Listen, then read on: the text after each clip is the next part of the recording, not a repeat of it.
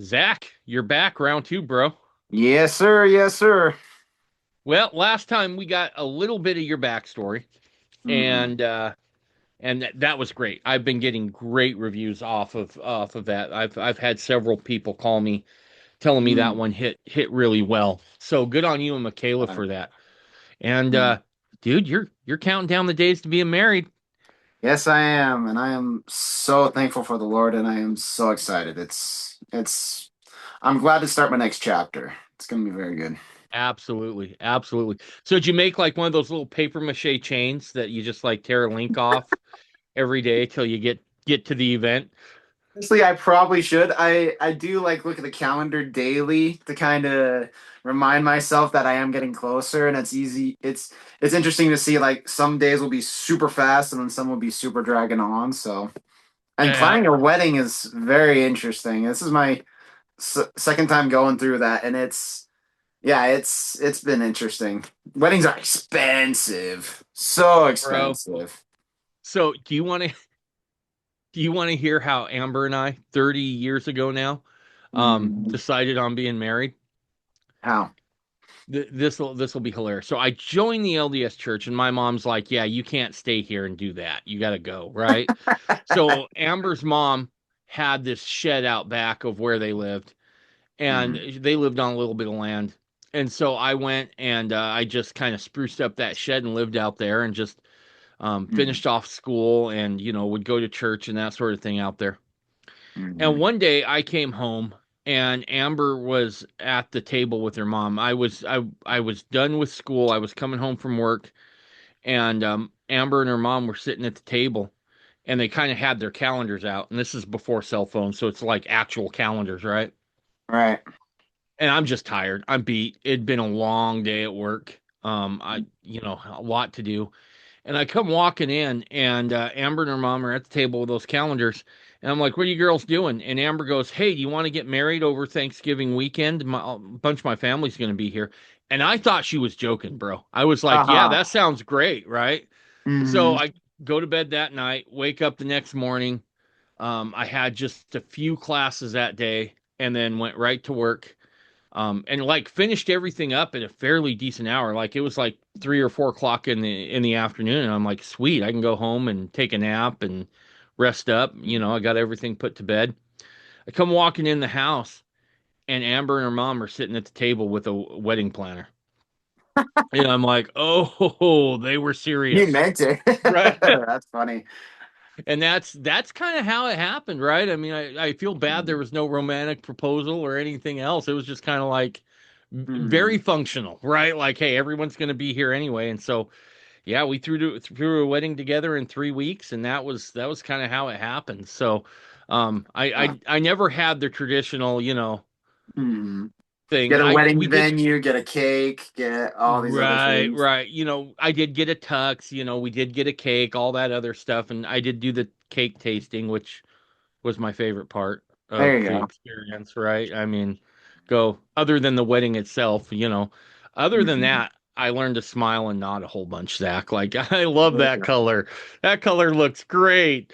And That's dude, I fair. can't even dress myself. Who am I to kid anybody that I'm color coordinated? So, Mm. no, it's good times. Enjoy this. This is awesome. I am so happy for both of you. But so you reached back out to me and said you wanted to do a podcast on a pretty heavy subject.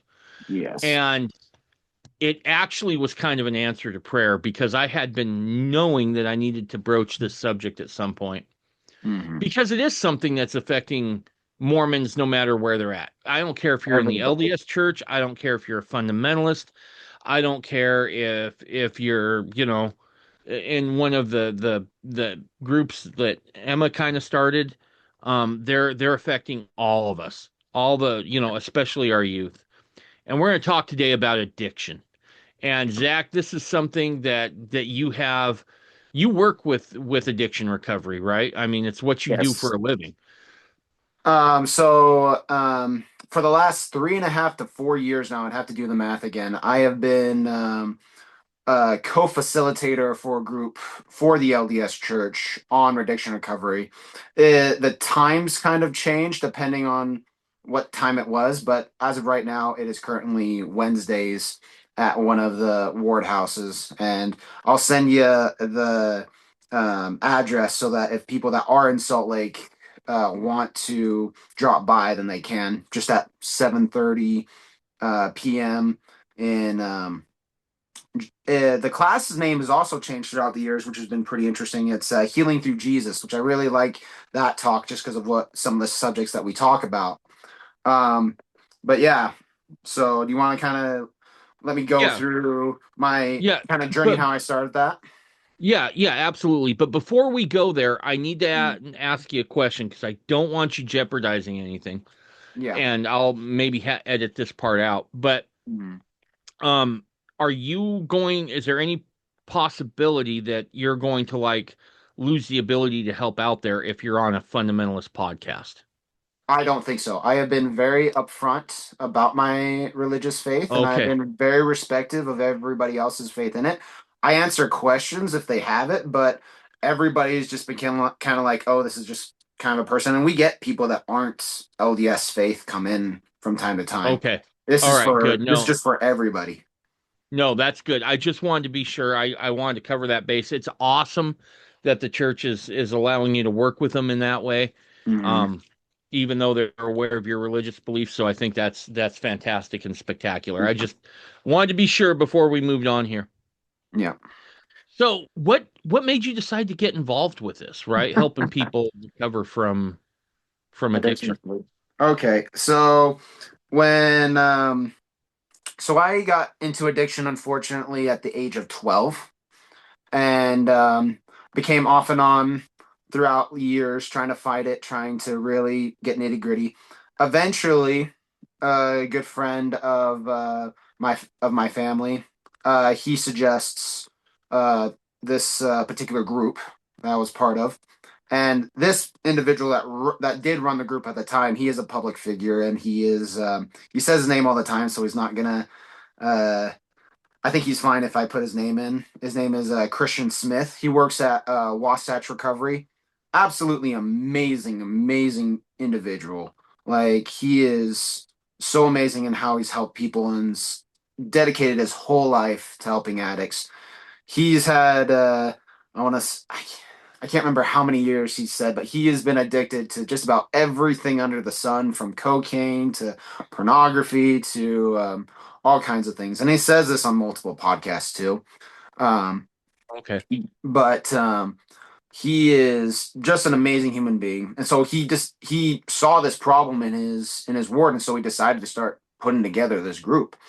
And and then so I start coming to the group, and pretty soon, this is before really the bishops and the stake presidents were really involved with his particular group. They had other groups, but it wasn't Right. like they weren't under this one specifically. And then they're like, "Hey, we kind of need to manage this a little bit." So then they started to give him a calling position with another person, and that another person that came in would often get switched out every like every year and a half or so.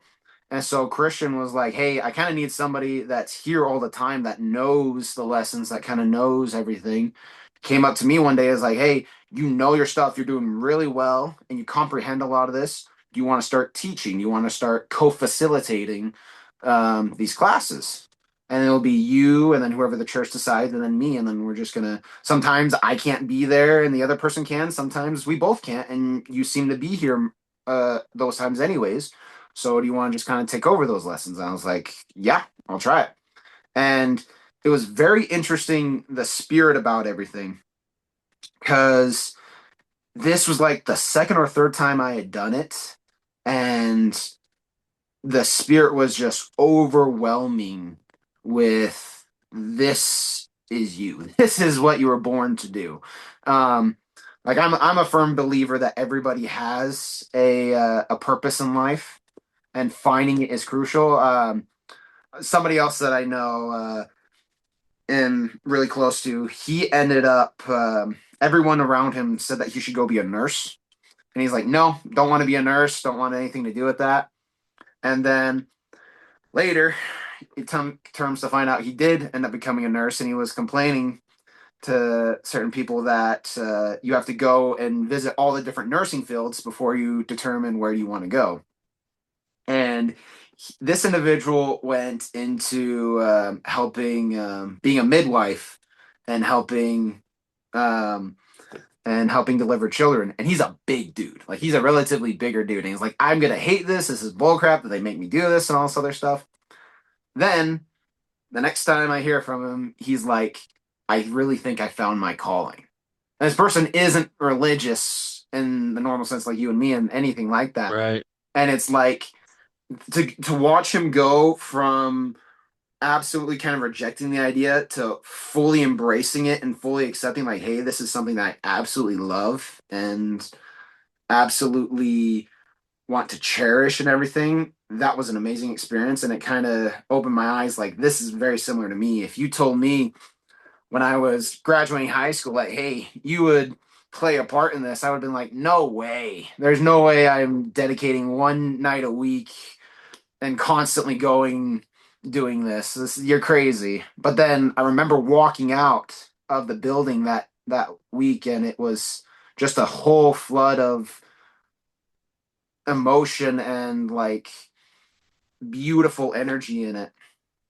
And what's ironic is after that, the spirit constantly told me to be quiet and to just listen. And that's something that I had to really overcome is when that was one of the biggest things that Christian had taught me is when you're going through these, you have so many different lessons and so many different things. You don't know what everybody needs. So you really need to make sure that you just listen to the spirit and figure out where the spirit wants to take you through it. And that kind of helped me a little bit when I was more enthralled in my addiction and kind of not going to these classes and everything before then. It was interesting how my addiction made me as spiritual as I am. That's one thing that's very Mm, interesting about this is when you have these kinds of addictions or any addiction really, it's almost like God is holding the key behind his back and he's saying, in order to get it, you got to come through me. And that's what mm. really today, I don't think I would be near as religious as I am without that. Right. I want to be careful here how I phrase this. Yeah. Nobody should go out and get addicted to anything, right? No. I'm not saying that. But and this is true on a bigger level than just addiction, right? Yeah. We're the product essentially of two things, three things. The love Hmm. of God, Hmm. the love of our parents, and the love of people around us, and the trials we endure. Yeah. And they become a central part in who we are in many ways. As I Yeah. look back at most of my personal spiritual advancements, they kind of come for the most part from two places, the temple and the hospital, Yeah. because both of those places are going to cause you to reflect quite a bit. Hmm. Right. And usually if you're going to the hospital, it's a trial, right? Um, and so those trials become so integral in who we are that sometimes I don't think that we look at them, quite frankly, with the type of gratitude we need. And look, our trials are tailor fitted to us. Now, back to your story. So you go there as kind of a someone looking for help, and then because you're there and you start to be able to share a little bit, you start feeling comfortable, Hmm. and when you're eventually asked if you would like to be a facilitator to that. Yeah. And um I do have some things that here I want to kind of say, like we kind of skipped over a little bit of, why does this pertain to me? Like, is this not a problem in fundamentalism or anything like that? I just have some statistics if I can share that real quick. Yeah.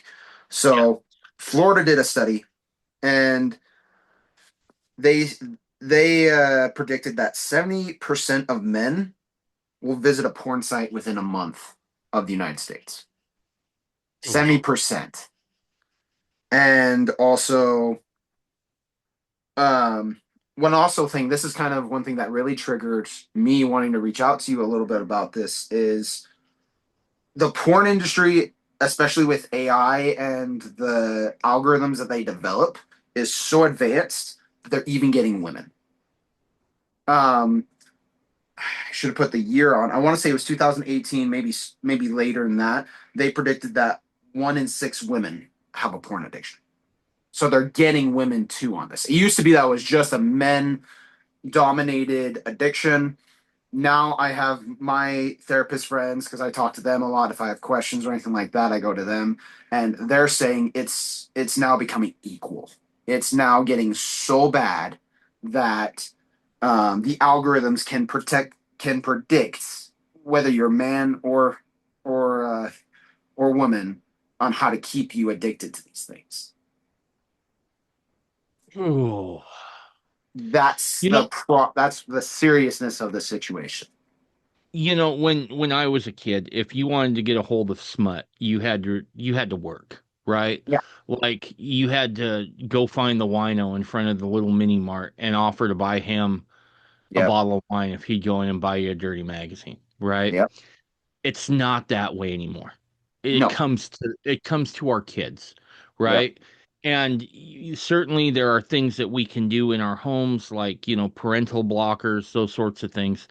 But as you were just stating, those are only effective to a point Yeah. because the algorithms, the guys who are pushing this crap are so smart on They're how they're incredibly going smart. to work around those blocks.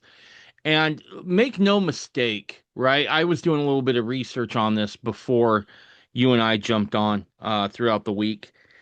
Mm. It absolutely has all the hallmarks of any other sort of substance that you get hooked on. There's a Absolutely. dopamine release there, and then after that release, your dopamine is depleted, right? Yep. And your instinct is to go find that dopamine hit from somewhere else. For Yep. those who aren't familiar with dopamine, Mm. dopamine is a chemical in your brain that is released naturally when you fall in love, when your child is born, even spiritual experiences. Um, Mm. dopamine gets released into the brain. And so what certain drugs will do, um what what porn does is it causes a dopamine release, and your brain has a certain amount of it. It always keeps producing it, but when there's a dopamine dump, then you almost kind of start to go into a little bit of a depression, Yeah. right? Can I explain Because that a little bit? yeah, please do. So this is something that I like to teach, and I've even been invited to even teach middle schoolers this from time to time. That's something that Christian will do, and I love that. But the way I like to explain it, if you make your hand like a fist with your thumb in the inside of your, and this is your brain, this is going to be more your prefrontal cortex, and your thumb is acting where the dopamine dumps happen, which is the amygdala. And what's interesting is that these things can't be in control at the same time. It's usually the midbrain or the prefrontal cortex that's activated at the same time. Your amygdala is in charge of reproduction, getting food, and all these other things. Um, a lot of people have equated dopamine to being a happy hormone. It's actually kind of more of the pursuit hormone. They did a discovery in rats where they actually removed the receptors that produce dopamine. And what they found out is the rats would actually starve to death unless they put the food right in their mouth and then they began chewing it. So dopamine it plays an incredible important role in us as society. The problem is we are becoming a society where you don't need to chase things anymore. And we're Right. designed to chase things. We're designed to really go things like I like to say like your parent, not your parents, your great great grandparents barely got a warm shower. We're used to taking cold showers, and you and I are very familiar with cold plunges and the great effects that has. Um, our society is moving toward a softer and softer human being, and we're not designed for that. So then we No. start seeking after these different things, and a lot of people don't understand that. And this is going to sound crazy, so for those of you at home, bear with me a little bit. But your pornography is, or any addiction at all, whether it be um, crack cocaine, opioids, or even eating, stress eating, and that kind of stuff. Any addiction whatsoever is actually your solution. It's a bad solution, but it's your solution to the problem. You brought up a good point there with the pursuit. As I've looked around, right? Um, that to me seems to be the problem. Our problem now isn't a problem that I think mankind has ever had to deal with before. One other Um, time. of They, affluence. no, of being so abundant. This is the days of right before Noah's flood. Right, right, Humanity has only dealt with this one other time to our knowledge. right. We're in a stage now where our problems are not a problem of scarcity, it's a problem of overabundance, of affluity, Yep. right? Um, we now have more access to calorie dense food than we ever have before, Yep. right? And much of it crap. And so people are no longer eating because they're hungry. And look, I'm guilty of this. Same here. I'm very guilty You too. eat when you're bored, right? And that's Yep. a problem because we're over consuming calories. We have that chase mechanism, right? Yep. And look, our hunter-gatherer ancestors, I'm not a believer in evolution. I want to get that out of the way. But Hmm. it's obvious that there was a hunter-gatherer kind of lifestyle after There's a Adam. behavior where people do devolve into that. Like for example, you have a lot of the Native Americans. Right. They I recently read a book on a lifestyle that they had, and they would have to leave for a day or two, go kill a buffalo with an entire hunting party, bring that back, and then the women would do it for food, and they'd be off getting the next buffalo, and it's just a Right. constant Right. cycle of that. It was a constant cycle. And so you had to be careful about what targets you were picking, right? You had to kind of calculate, is this worth the energy I'm going to expend? Is it going to be a payoff?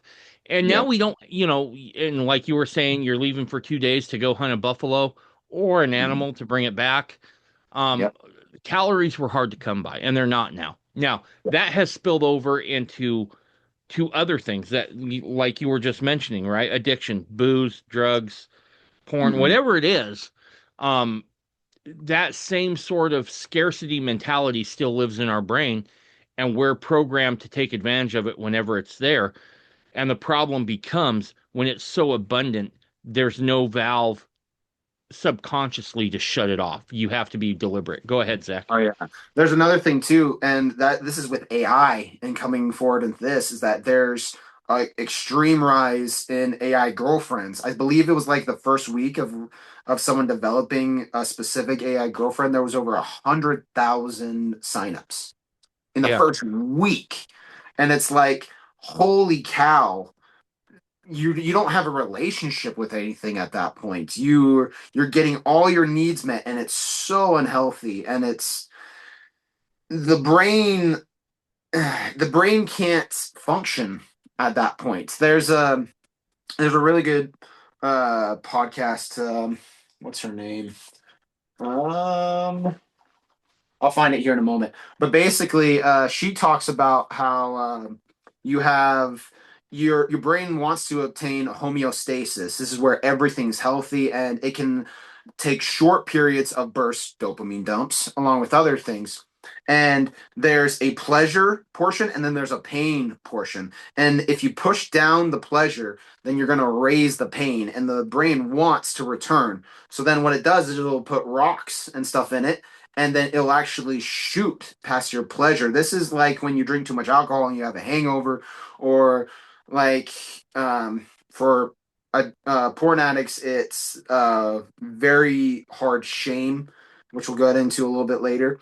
But basically, your brain is going to stay like that for a period of time, and then it will slowly start to take those rocks off, and then it'll start to return to homeostasis. The problem with it though is people will start to, excuse me, they'll overload and have the dopamine dump, then they'll start to go down, and then they'll slam it back down with more and more dopamine, looking at porn or eating or anything like that.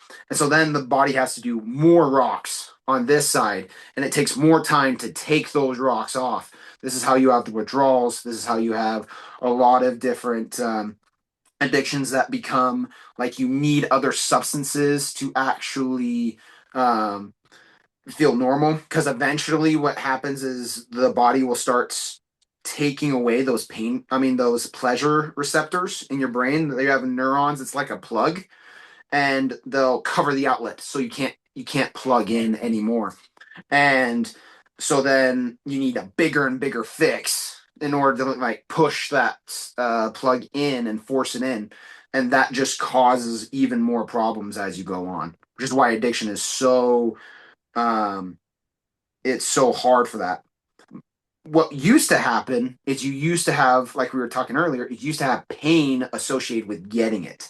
You had to go out. I believe it was like 85% of marriages in the 1950s, if I remember right, were found at dances.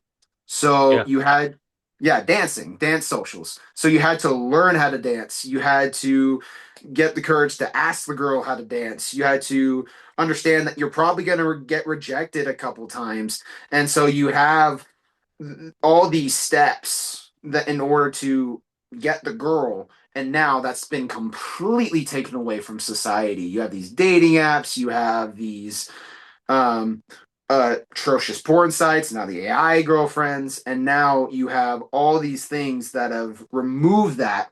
So now what's funny is it works in opposite too. This is represented in the cold plunge. Is the cold plunge, you get basically as much dopamine dump as a shot of cocaine. Mhm. But because there's so much pain involved, it actually offsets it to where your body will actually put rocks on the pleasure side instead of the pain side, and you'll actually experience a better pleasure throughout the day because you've gone through that pain. And Right. so Right. that's something that we as a society have just been losing. And so now you kind of need to induce hardships in your life in order to put rocks on the paint. Now, I'm not talking about like, don't just do something just to do something. Look at the actual benefits. Don't bang your head against the wall just to bang your head. Like, be smart about it. But yeah,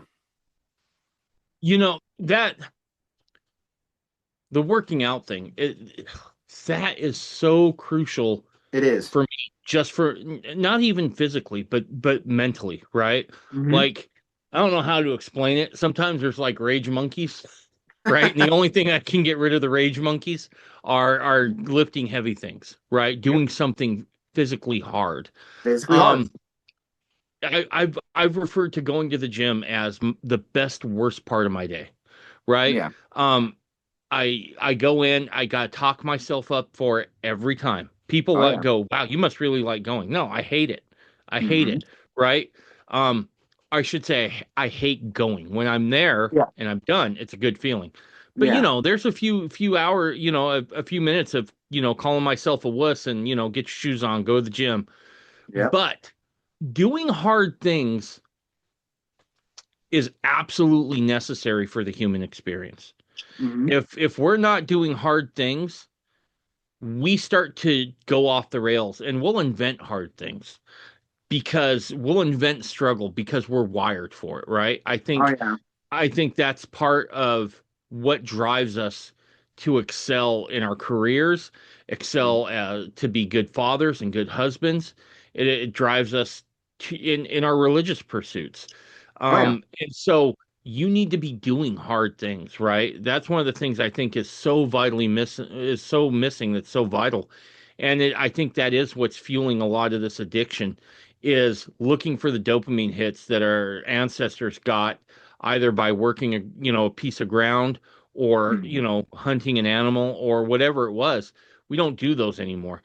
And when we No. don't get the dopamine hits through time-tested struggle, healthy Mhm. struggle, I should say, we're going to go find it somewhere else. And Right. oftentimes it becomes addicting. Yeah. Um, as you got into this and you started working this program, Yeah.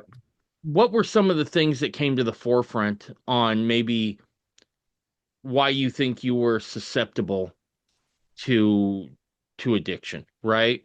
Right. Um, there's look, I know guys who have a drink, it seems like, They can you drink like know, a gentleman. yeah, drink like a gentleman, and then there's other guys Hmm. who are like, if I'm Hmm. going to put away one, I might as well put away 12, Yep. right? What I've are never. what causes that, right? Whether Yeah. whether it's drinking, whether it's eating, whatever the addiction is, what causes that exactly? Yeah. Why do Yeah. some people seem more disposition for that than others? Right. I personally believe it's the drive that you have. So, like for me, I know for a fact I can't have a drink. I've never tasted, I've never had like a beer with friends or anything like that. Never have, don't plan to, because I know in my family I have a big history of alcoholics. And really what it is it's a particular set of genes along with a specific lifestyles that make you kind of like wired to push the boundaries, if you will. And back in the day, these were the people that would go hunting. These are the people that Yep. would build buildings. And there's a big purpose for that. It's just a matter of redirecting it to find out what exactly is going on and how to properly how to properly express that. Because if you don't, then then you will express it other ways. It's I like to think of it, it's like a pot with a lid on top and it's sealed and you got boiling water inside. Eventually, it's gonna burst. Unless Right. you direct it, you have a valve where you can direct the flow and you can actually create a steam engine or you can create things that actually work for you, not against you. And that can be really hard, especially in today's society where we're moving more and more to white collar jobs and that kind of stuff. I myself am a trades worker. I can't sit in an office. I cannot. And Right. so for me, I have to go out, I have to build, I have to do things with my hands. And it just creates a whole other dilemma, and we're losing all those people.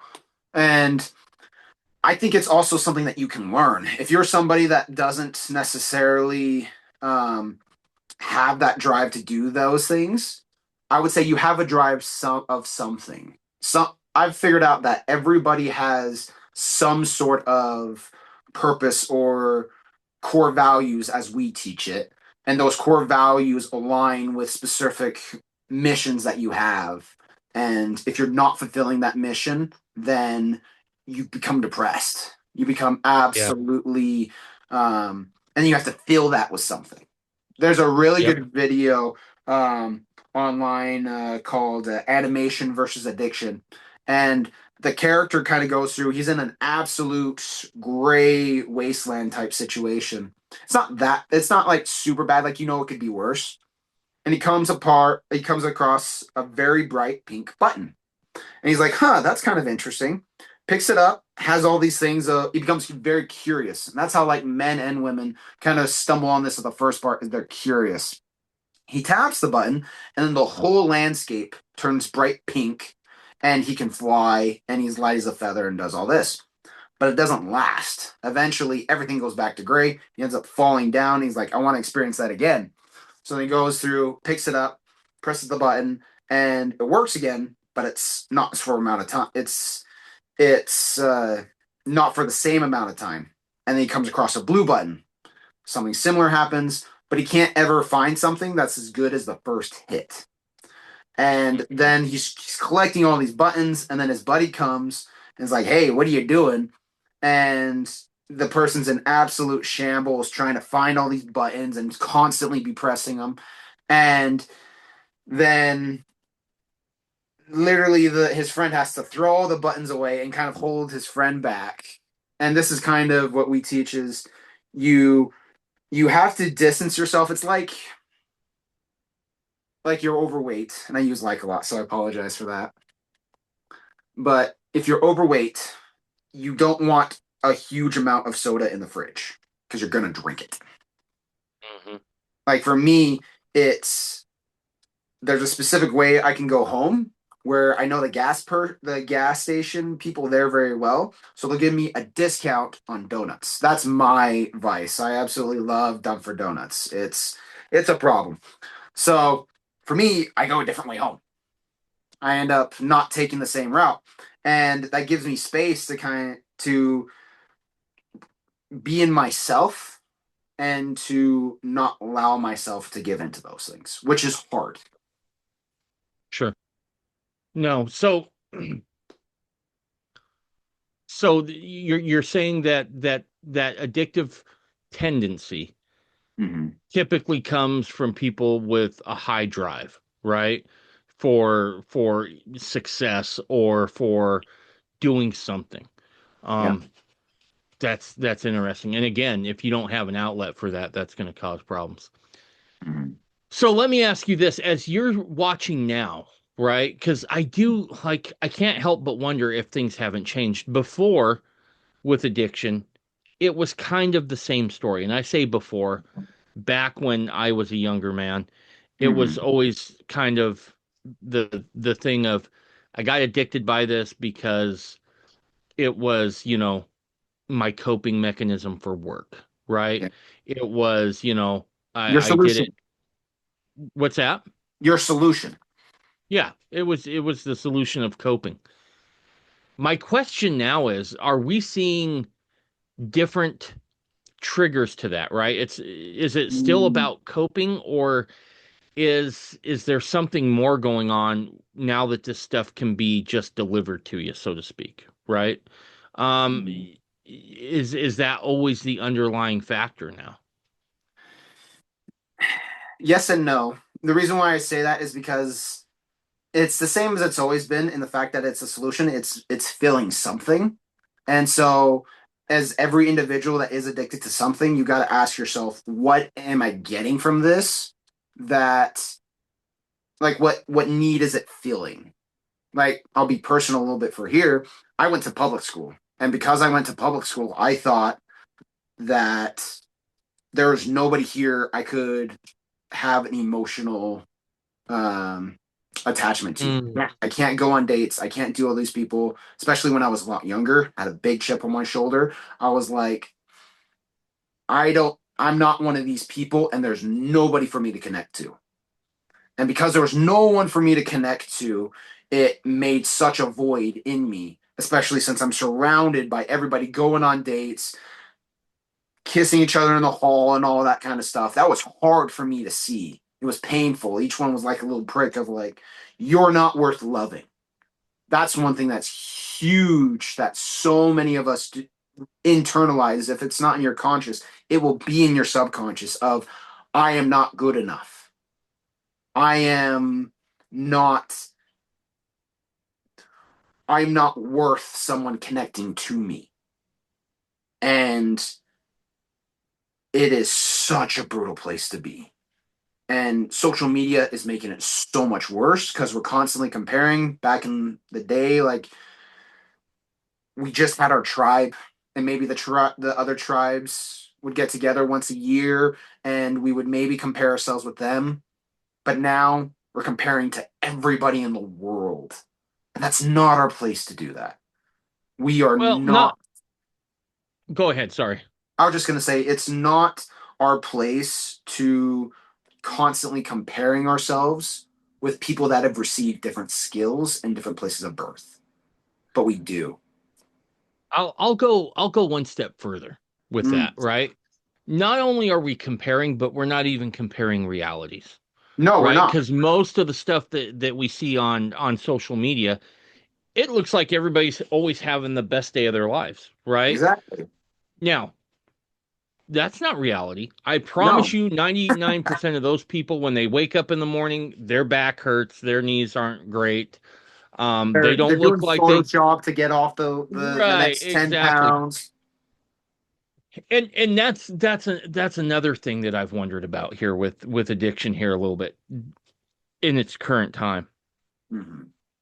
We live in an age now where, quite frankly, there's not a lot that's real, right? No. Everything is curated, everything is airbrushed, everything is fake at one level or another. Yep. And I've wondered if some of addiction isn't a quest to feel something real, Mhm. right? And you in an Yeah. altered state, you're feeling something at any rate. Yeah. And as I've looked around as I've gotten older, I realize that all the things that we consume on some level, I shouldn't say all the things we consume, oh, many of the things that we consume, especially if it comes from Mhm. the world, Mhm. is fake, right? Fake calories, Mhm. fake um fake personas, um kind of a fake reality. And when someone gets in an altered state, they're at least feeling something, right? There's no longer the numbness Yeah. of of that. Yeah. Um, I would be so bold to say it's void of God. Yeah. To tie this back into our religion a little bit. I use a lot of my religion in my teaching. Um, it voids the actual recognition and beauty of God. You have all these oils and these pictures of people. They're not what God created, not at all. Mhm. And because they're not what God created, it made you feel it on a spiritual level, and it's affecting you spiritually as well. So then you're Yeah. looking for that connection, and a lot of people think this is a nugget that I absolutely loved. Can't remember when exactly I learned this, but people think the opposite of addiction is abstinence. Right. That's not true. The opposite of addiction is meaningful connection. All problems ever in the world are relationship problems. You just have to identify where and who is involved in the relationship and how before you can even begin solving it. And that's usually involved with relationship to yourself. A lot of people miss that one. Excuse me. So back to what you were saying about connection to God, right? And this is going to tie back into that relationship thing. Yeah. Whether we want to admit it or not, there's a God-shaped size hole or a God-shaped hole inside all of us. Yep. And we can try to fill that with whatever it is that we think is going to fill it. Booze, partying, whatever it is. Yep. But it's never going to fit and it's never going to replace the emptiness that that hole has. We It search works. for we search for a connection to the divine, Yep. and that includes the divinity within each one of the relationships that we have, we either with our spouses, our children, our brethren, whatever it is. Human beings, and this is something that took me a long time to wrestle with, Hmm. because I do have an independent streak in me that can go unhealthy from time to time. um as much as I hated to admit it, I need other people. I need to be around other people. Yep. It's not enough just to live the gospel on your own and not interact with others. Because that's going to leave again a piece of that God-shaped hole that you can't fill. Yep. And it becomes extremely important to identify that. Zach, I was just gonna say that you also need to be in relationship with yourself with God. explain that. So this is one of the biggest problems I've ever seen, especially with people my age and a little bit younger, is they hate themselves. They, on a fundamental level, if they came across them on the street, they'd spit in their own face. And That is something that is truly terrifying to be in because you can't sit with yourself at all. You can't. Where, What? where's this hate coming from? Where's the self-hate coming from? Mm, Because I see it a lot, right? Look, a yep. few months back, I had a buddy who's I'll edit that part out. Let me redo this. Mm, Just last night, my wife had a friend whose friend lives across the country, and her mm, son took his own life. Now, this is about the third or fourth one I've heard of recently. And it's, look, this is not a new problem. It's been rising for a while, yep. but it never used to be like this, right? And that's something I'm wrestling hard with right now. Yeah. As I look around, I mean, gosh, in my whole high school experience, I probably knew of one guy who didn't even go to my school. It was just my general area that Yeah. had tried to take his own life, right? One in my whole time in high school. Now, I think the statistics are you at some point our kids are going to know someone who actually takes their own life. And Yeah. that all stems from self-hatred and self-deprecation. So where's it coming from, Zach? As people are coming to your program now, Yeah. identify it. Where's it coming from? The biggest source is they don't feel worthy to receive love Why? Why did that change? because, and this is going to sound harsh, they, on a subconscious note, they do not believe in the fullness of Jesus Christ and the resurrection. They don't think they are valuable. They don't understand who they are. There's something that I always tell people. And do you know who you are? So let's go through this real quick. Who are you, Dave? I am first and foremost a husband and a father. Well, I shouldn't say foremost. First, I'm a son of God, right? There you go. Then I'm a husband and father, and Right. then I am, Let, everything let's on let's start after with that. let's start with the you went to a place that you recognized it right away, and it takes me sometimes a month and a half to get people to recognize this. We have titles, but they're not who we are. You are a husband, so it lists blessings and responsibilities that you have, but that's not who you are. We are first and foremost a spark of the divine. You are a son of God.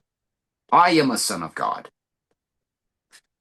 Many we have daughters and sons of God that don't know this. And I do believe it is a crafty thing that the devil has done. And he has made a society where that's not taught at a young age. It's not taught at an old age. It's not taught, period. You have to become something more. You yourself are not good enough.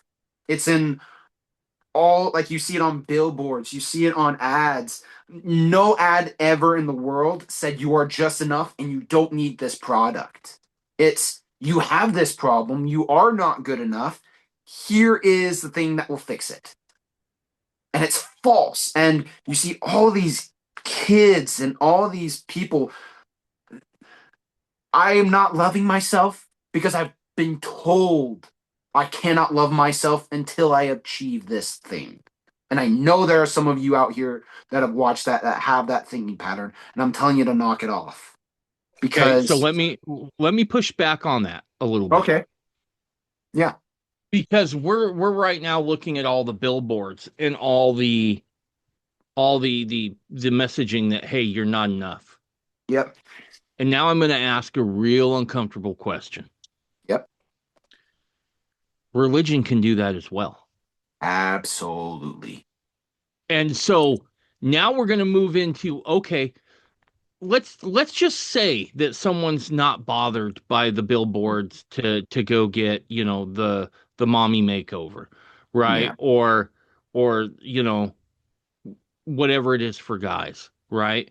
yep, But in a religion, and look, I'm going to say this, a religion like ours, which does put an emphasis on progression and Yep. getting better, we have to acknowledge that if we want to be as God is now, right now we're not Mhm. there. We are not at that place. Absolutely. So so if someone is predispositioned to this kind of thinking that they're Mhm. not enough, and then they encounter religion, how do they get to a point to where they can practice their religion because they believe it's true without becoming obsessive about, about things like you're saying about not being enough, right?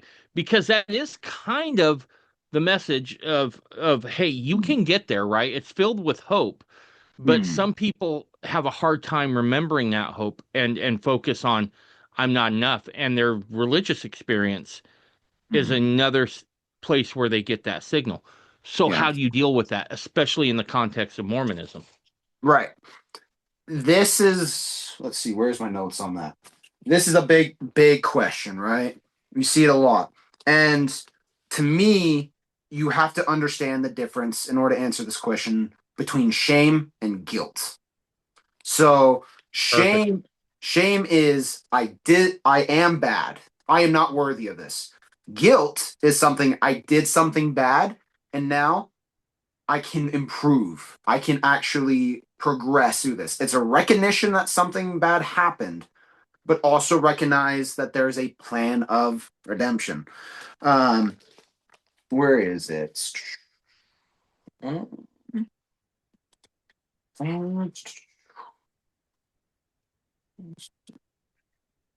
DNC, where is it? You said it the other day, and it instantly pricked my heart like, ooh, I need to write that down. Is it 16 that we discussed the other day? Um, Dude, I talk enough junk that if you're asking me to remember what I said a few weeks ago, that's not going to happen. I no, no, apologize. no. This week. Oh, one second. Where's something? I know I wrote it down. Where is it? I have so many notes here. Hopefully you Oh, can you're edit. good. So there's my Take your okay, time. yeah, I can edit. yeah. DNC 613. There is no gift greater than the gift of salvation. This is a gift. You didn't have to earn it. Right. You do have to earn exaltation. That's something that we should go into. But you should not shame yourself for everything that you've done. You should be in guilt.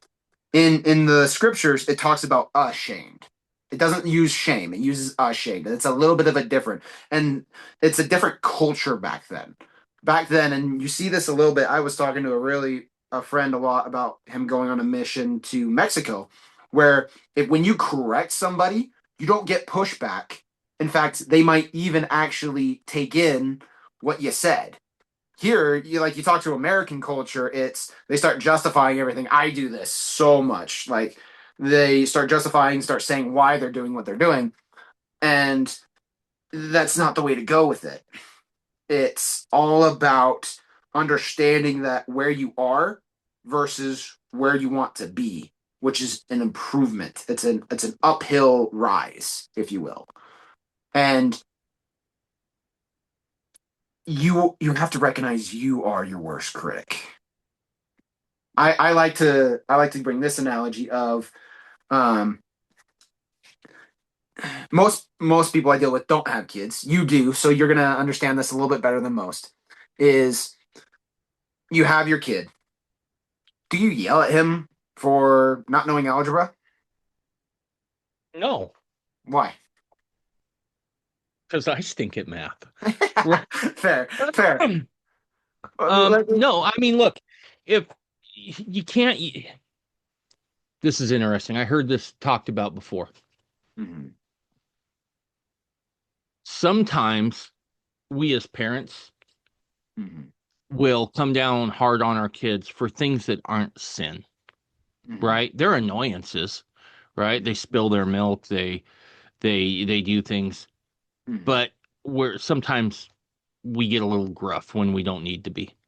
Yeah. Um, I recognize that in myself. Took me years to recognize it and then correct it. But you can't expect a kid to know algebra if they're still learning their multiplication tables, right? And likewise, some people just stink at math, right? The only reason I can do my job is because I have the benefit of high-powered applications Yeah. and software, right? Yep. Because if I had to longhand calc out points, oh, I'm picking a different career. Um, Right. but no, that's why you know that They one, haven't learned it. They haven't had an opportunity. right, they haven't had an opportunity to learn it, and then two, just it may not be their natural strength, Right. right? Now, I do believe everybody should have a natural strength not to fight their neighbor when they make them mad. Right. Let's get that out of the way. But you also have to give, and you have to do this to yourself. You have to give yourself grace in every opportunity you can. Okay. So Because if you now do, here's and again, I'm not trying to be no, you're good. contrarian, but I do think that concept needs to be pressed a little bit too, right? That's fair. Because if you just give yourself that grace at every opportunity, you're Right. going to set yourself up to, or you could potentially set yourself up, I should say, to not do anything, Right. right? Become Gosh, lazy. I Become, just don't feel like going to the gym today, so I'm going to give yes. myself some grace and I'm going to take the day off, right? Right. And then the day off turns into a week, then it turns into a month, and then next thing you know, every gain you have made is gone within inside 3 months. Yep. Um, so how do you temper that, right? How do you temper the grace with, okay, I need to get off my rear and go do something, right? And because those Mhm. two things don't typically like to exist in the same space. Right. And this is where the world doesn't teach this, but you have guilt. You have a recognition of who you could be. I love Jordan Peterson's talk on this of you have such an obligation to be the best you could possibly be. And if you don't, then people are going to suffer as a result of it. And Explain the it's difference between guilt and shame. Let's do so, that. I think yes. that's going to be a big linchpin in this whole thing. Yeah. Yep. So So I mentioned before, shame is I am bad. It's your identity. That's what shame really latches onto is I'm not a son of God. I am just trash, right? Guilt is I'm a human being improving, trying to make my way through this, right? There's another step in this and that's finding your why, which we'll get to in a little bit. But let's specifically stick with just shame and guilt at this moment. So one thing that's also very interesting is where was shame originate? We actually know when on earth this was implemented. When the devil introduced shame. Can you think of it? Yeah, it was in the garden. So Absolutely. this Yes. this to me is so important to understand. Yes. And I've tried hard several times to talk about this.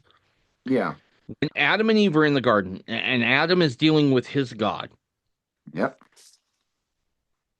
that God goes away. Adam partakes of the fruit along with Eve, Yep. and Lucifer says, hide yourself, make fig leaves, hide yourself. And Yep. Yep. God has to go search for Adam, right? We're Yep. told in scripture he calls for Adam, and Adam was hiding. Yep. Here's the takeaway. Here's what we need to understand, I think, about this story. Adam was being sought after by his God. Even look, they weren't surprised, right? I hate to break it to Yep. you. God wasn't like Adam, what'd you do? And then was like shocked, right? He knew. Yep. He knew. And so, with that being said, what can we take away from that story? It's that even in our fallen nature, God loves us so much, he still pursues us. Yep.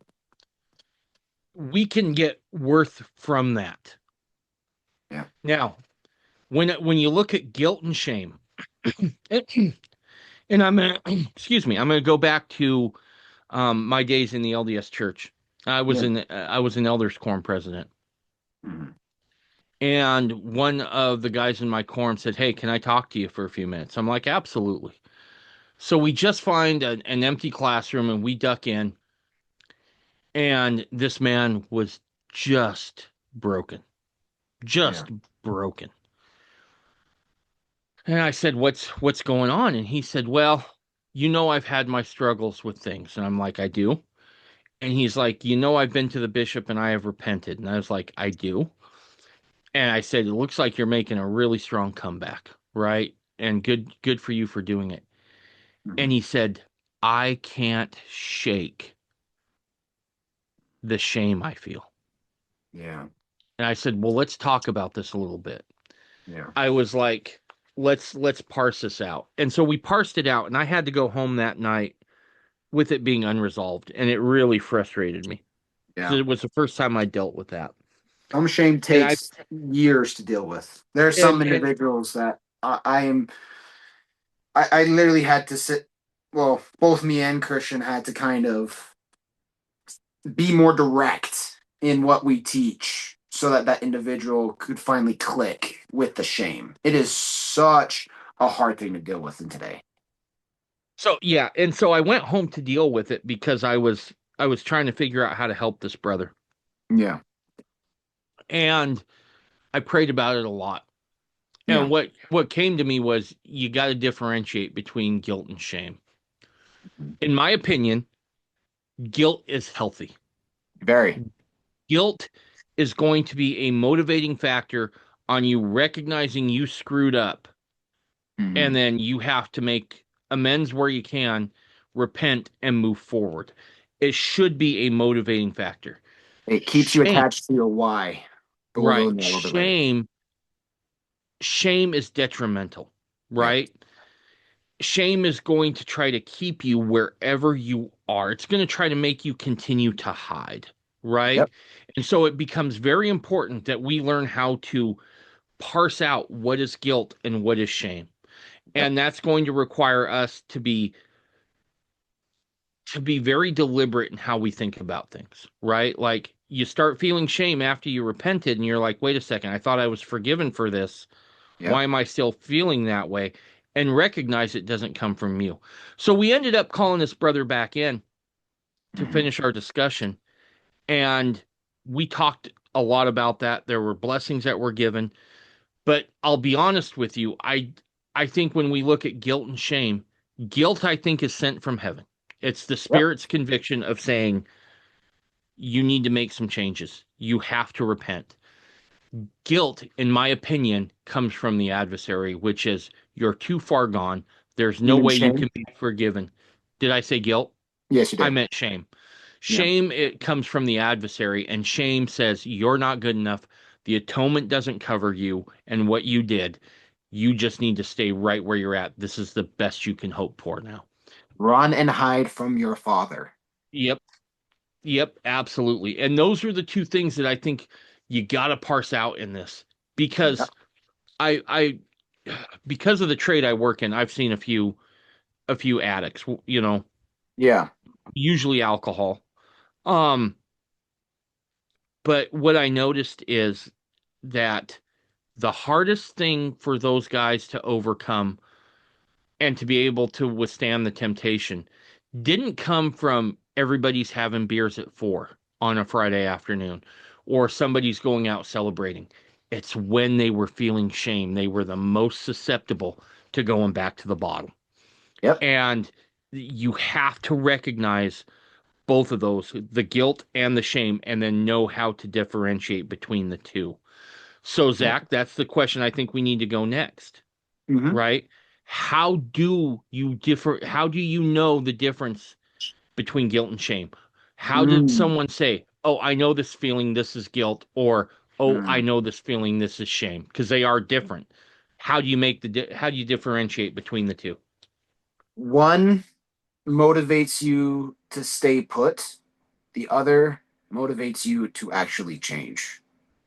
There's a really good story. Majority of people know it. Um, Involves a special lion, warthog, and a bunch of different animals. The Lion King. This is actually an amazing story of how to properly heal.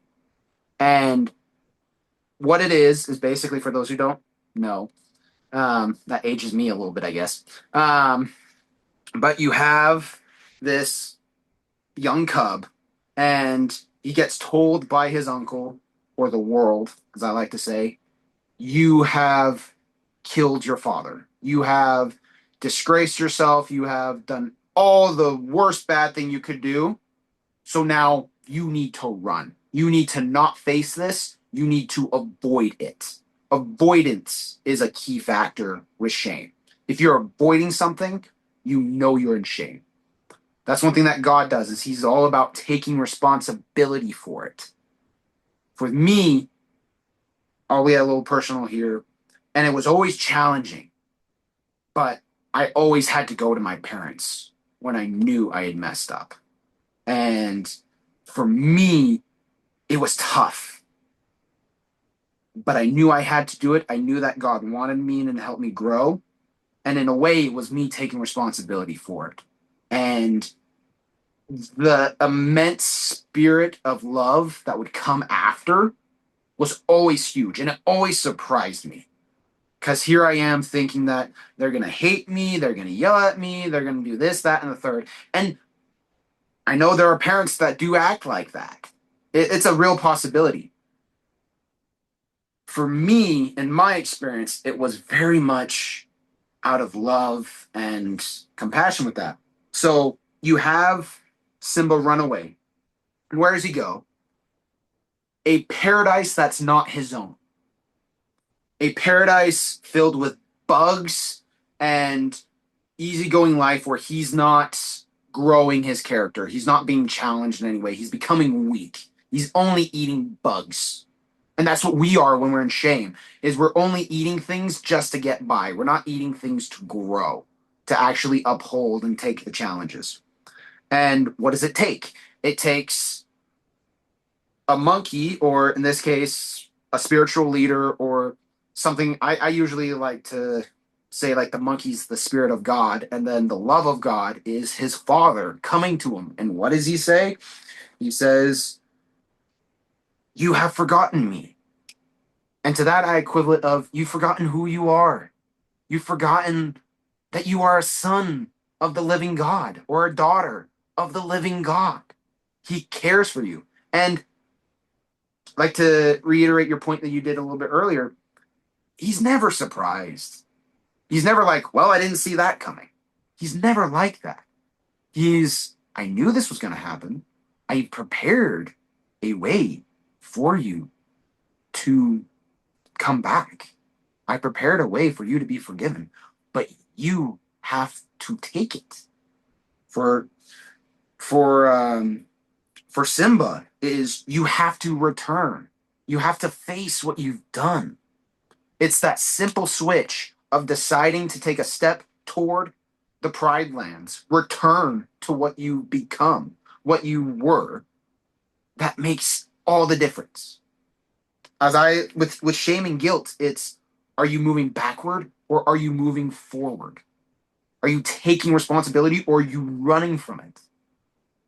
That's the fundamental difference. The as I've thought about this quite a bit, and this might come across as kind of spicy. No, you're good. I like the And so spicy. I don't mean to offend anybody, but shame is the denial that the atonement is enough. Yep. Um, it does, it comes from a place of saying what Christ endured is not enough for me to be forgiven. Yep. And that ultimately comes from the father of lies. Yep. And it's important that it's recognized as such. Because if you can't if you can't understand that, if you can't consciously reckon with that, it will be a detriment that will damn your progression for as long as you struggle with it. I Yep. want to I want to share a story here real quick, and I might edit it out later. I don't know. It's a Mhm. short story I've shared off the podcast a few times. When Tanya joined the family, she she got her endowments out, and then she wanted to take a name through the temple. Mhm. And I remember I was asked, she'd asked me to do the baptism for her grandma, right? To perform the baptism as she stood in place for her grandmother. Yeah. And we were down in the font, and bro, I could not say this woman's name. Mhm. I would raise my arm to the square, and it was a simple name, Mhm. right? And I just could not spit it out. Yeah. And finally, I just remember I was thinking, what is going on here? Mhm. And so I just stopped. I said, I need a few minutes, right? Yeah. And I just said a prayer like, something isn't right. What's happening here? Mhm. And I got a clear message that the woman we were attempting to do her work for, God was so excited for her to have that work, but she was still in a state of shame. Yeah. And so I told, I told Tanya, I was like, let's stop this for now Yeah. and let's pick it back up and let's give it some time. So we got I had another family name I let her use to go through. That went off without a hitch. Mhm. But Tanya asked me later, she's like, how do I get her there? And I was like, I don't think you can. I definitely think we can pray for her, right? And indeed we did. We made a point of praying about that for a while. But it Yeah. wasn't until a few months later that we tried it again and everything went through and Tanya felt like she'd received some revelation. Mm. Shame is one of those things that will absolutely damn our progression. And it's Yep. important that we struggle with that here so that we gain the faith necessary in Christ's atonement that we're on the other side. We're not struggling with that still. Yes. And that is a hard thing to do because it's going to require us to be extremely vulnerable. And it's going to require us to do some uncomfortable things. One Yep. of the things that I am coming to understand is so necessary is this idea of confession, Yep. right? Not kind of in the Catholic sense and kind of in the organized religion sense, but you need to have people around you that you can confide in, that you can say, you know what, I screwed up, I I'm messed taking up, responsibility for this. taking responsibility for it, and then having people around you that can help guide you through whatever process you need to go through to get right again. Yep. Because if you just continually hide that, you're not really hiding it. All you're doing is just damming up your progression. And so Yep. I think it's in dealing with this shame that is going to be the hardest thing here. And because, like I said, I could set it was predictable. If a guy who was struggling with drinking started to feel shame, he was Yep. weak. In that moment, he was at his weakest, and that was when he was in the most danger of picking Yep. up a drink again. Again, it wasn't the celebration. It wasn't the Friday, at 4 beer that, everyone had around the office together. It was shame that he was feeling that they would always be the most susceptible.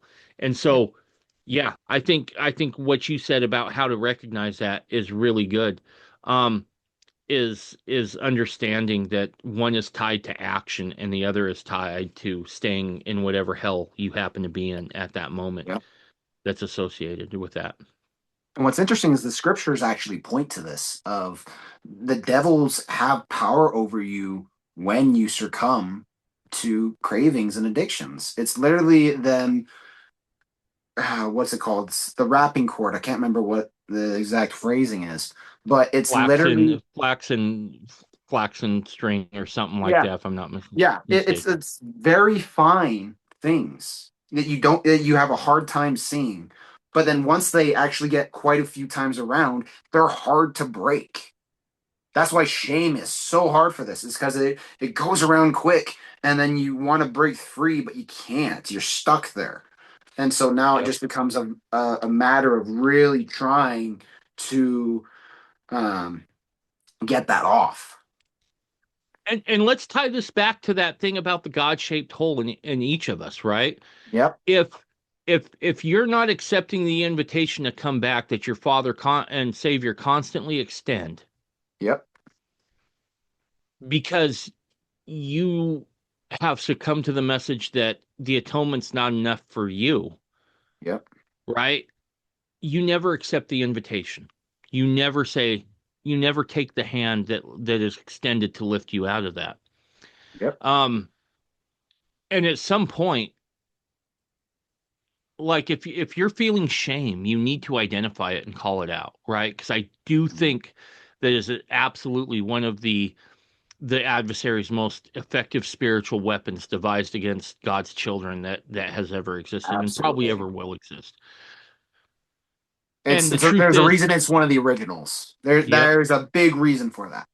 yep, absolutely. So yeah, I think that's good. Understanding the difference between guilt and shame. Hmm. So let me ask you this question, right? Is there any Yeah. other principles you want to get into? Because I really do want to dive into a little bit about what you're seeing in this group that's helping people overcome addiction. Are there Yeah. any other principles, Zach, that you feel like we've glossed over or we've missed? I do have the 12 steps that we teach. Do you want to gloss over those, or do you want to kind of go into these a little bit more detailed? No, What are your thoughts on I that? want to I definitely want to go into those, but I want to go into it from a place I've thought about this Yeah. a little bit. Let's take a hypothetical guy that you see, kind of an amalgamation. Yeah. When people come to the program, Yeah. what's their condition like most of the time? Again, people are different and we're going to have Yes. variations, but I'd Very, imagine that very. there's kind of an overarching set Hmm. of things that you see pretty consistently, right? Yeah. So I would say that there's like several different groups of people that are patterns, if you know, that I've seen. And what you have the people that have come in like super down, super in shame. Then there's the kind of in between of people that are between shame and they don't quite grasp of how far they've fallen and the problems that they have. They're in somewhat of like a delusion or something like that. And then you have the other people that are really invigorated in overcoming this. That's like gun ho. I am going to do whatever it takes to solve this and get this out of my life. So I'd say we see pretty much a range of that around that. Okay. So let's take the first one, Yeah. right? The people who are in immense shame. Yep. How is it you and the people in your program? How do you guys deal with that person? Yeah. First time you meet them.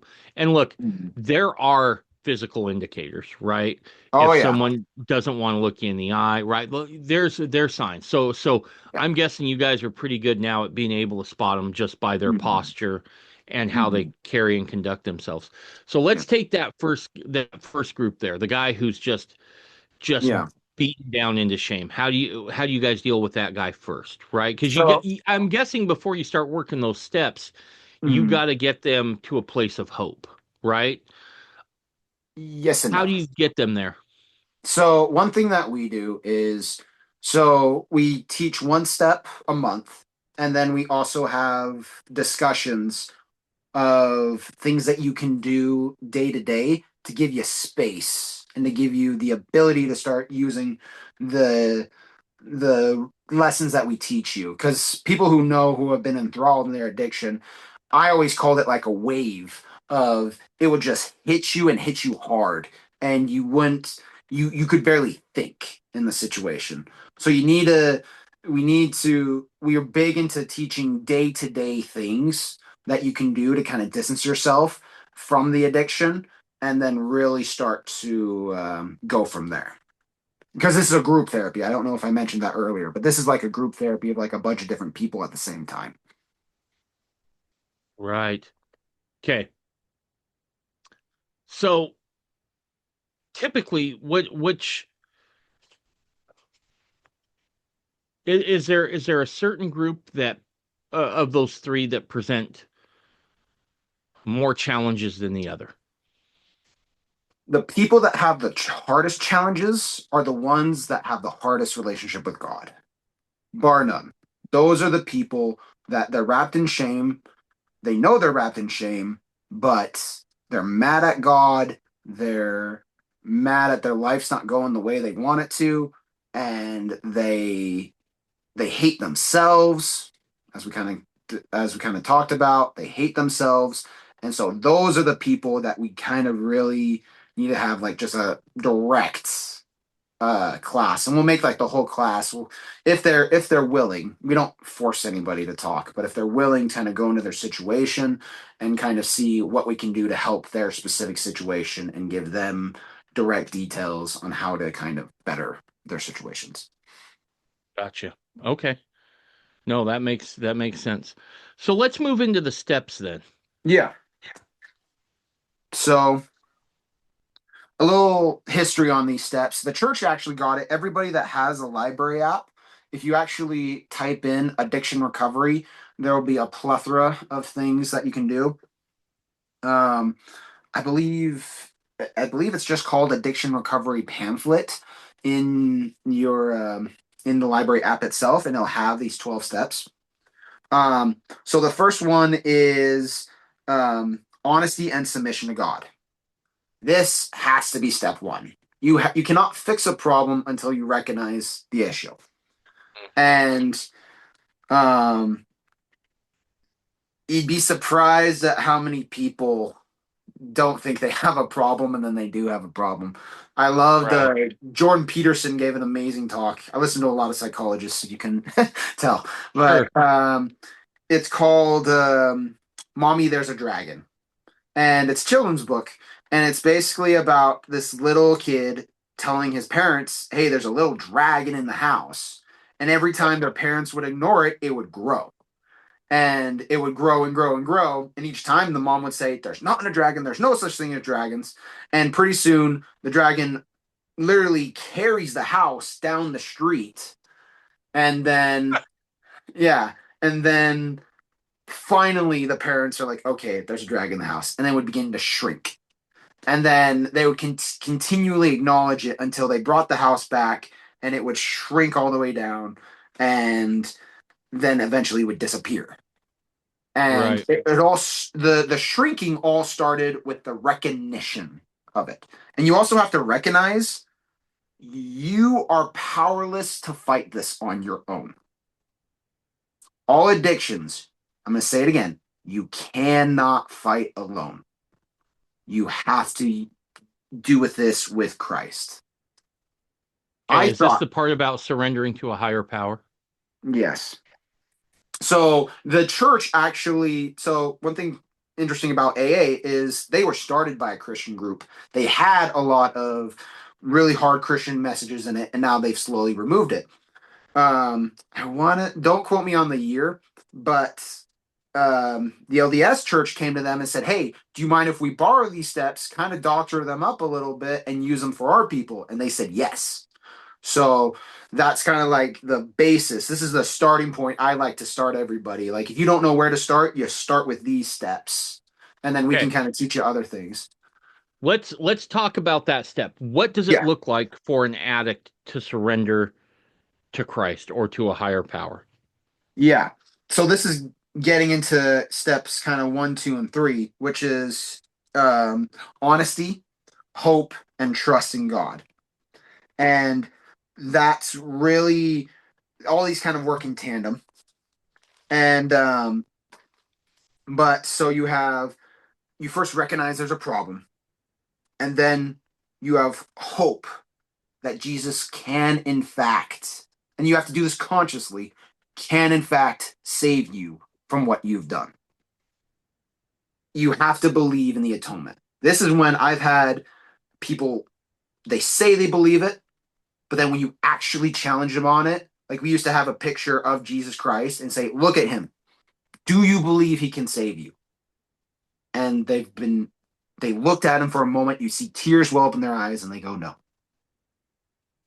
And then we had to kind of work with them. Is like, do you believe that he would save your baby brother or somebody else? And they, all of the time, without failure, they'll say yes. They'll say that, yes, that person deserves forgiveness for something bad that they've done. And that thing might be even less. I mean, might be even more than I've done, and or anybody else in the room. And like I was saying earlier, it's interesting how much of a critic we are to ourselves. And I Mhm. personally think it's because of our spirits. I think on a spiritual level, we know what this is doing to us when we do it. We know Right. when we lie. We know when we do this. And any addiction, but porn specifically, and I've had several of my teachers tell me this, that there's nothing that will separate you more than the spirit, more than pornography. It is such a work to get it back. And I've witnessed that for myself, is that you have to really start investing heavy into studying and all this to get back to where you were with this. And so understanding that you then have a problem and it's your life has become unmanageable, and then hoping and having that beginning trust in God and Jesus Christ that you can be saved is where everything starts. Okay. Any So questions? recognize so kind of recognizing that you can be Redeemed. helped through the atonement, right? That you're worthy of that.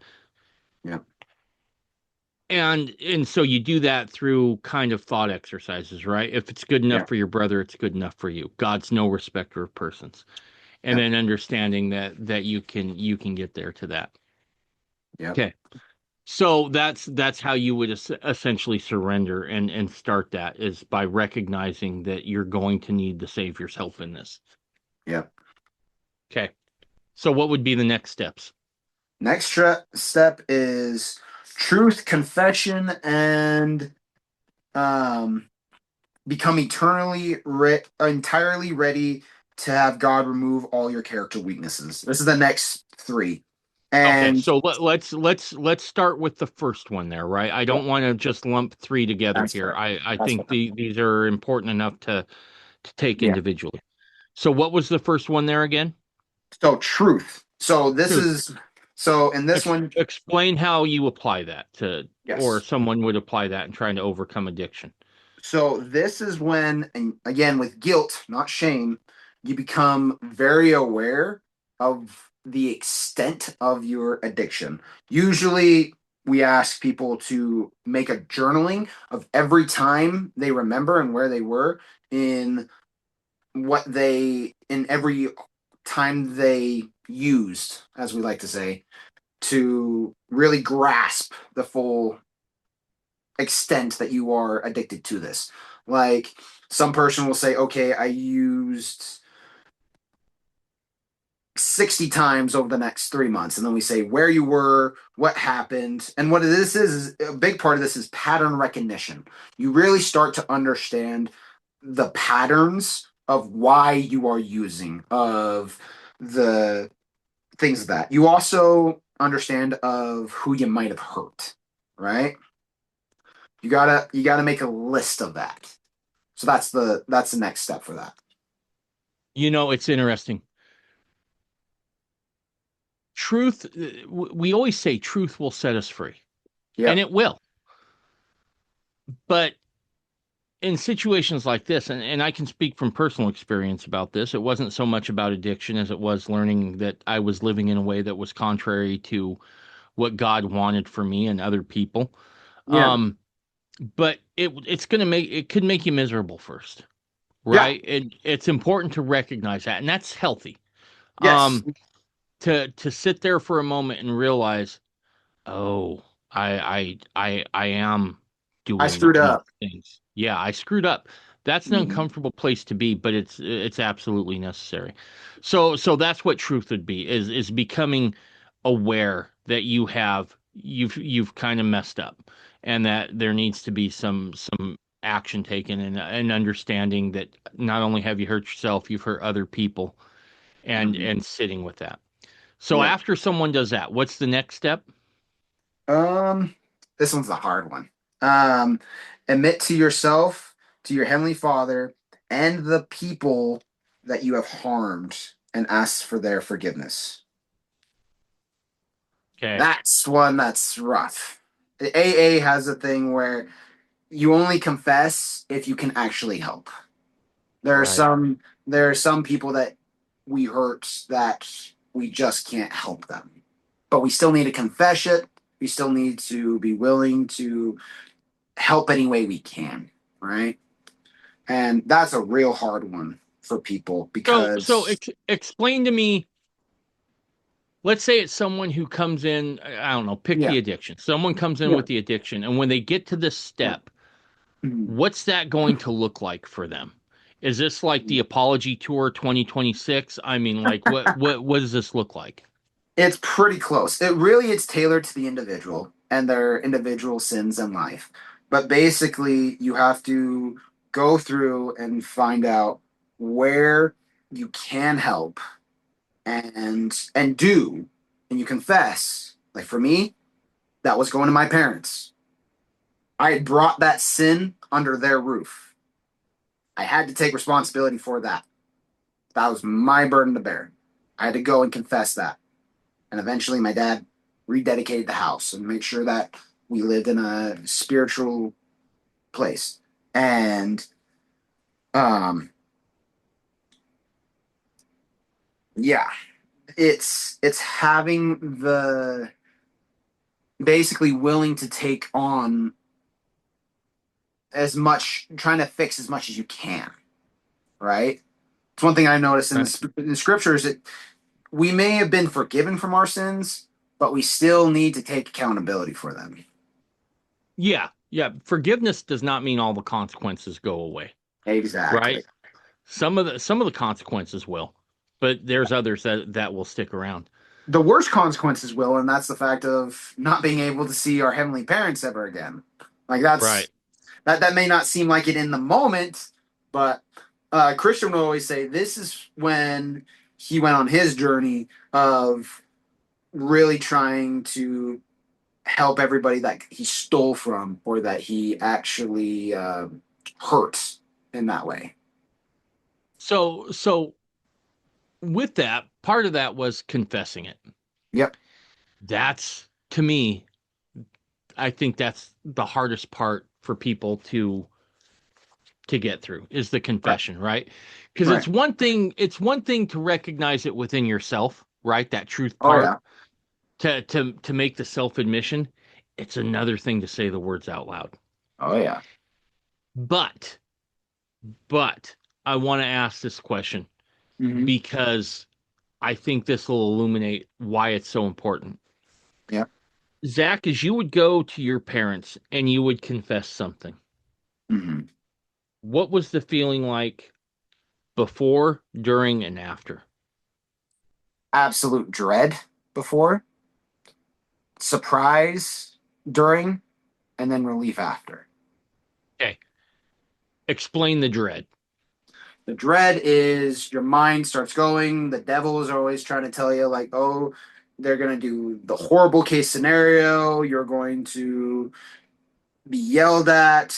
They're going to hate you. All these things.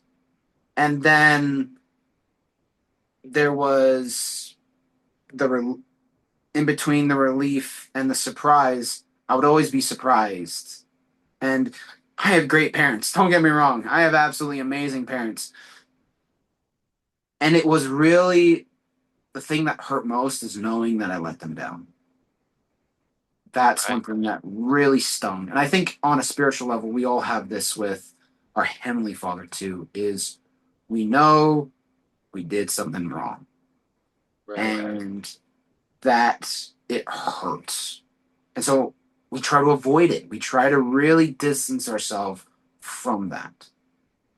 Right. But when we do that, we do more harm than good. Yep. And we have to take accountability for that. And so Now, explain the surprise that you would feel. What were you surprised about?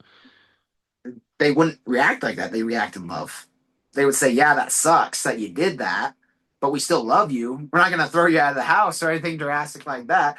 Most of the time, I don't think they ever yelled at me. They never yelled at me, and like did that. It was always like, "What can we do to help?" And that was, and granted, not every parent, unfortunately, is going to react that way, and that's a tough situation to be in. And if that's the case, you do got to tell your parents eventually, but find a good friend. I found is more Yeah. effective is finding a good friend that you can talk to these things about. I want to share a story that I remember from when I was just a boy. Mm-hmm.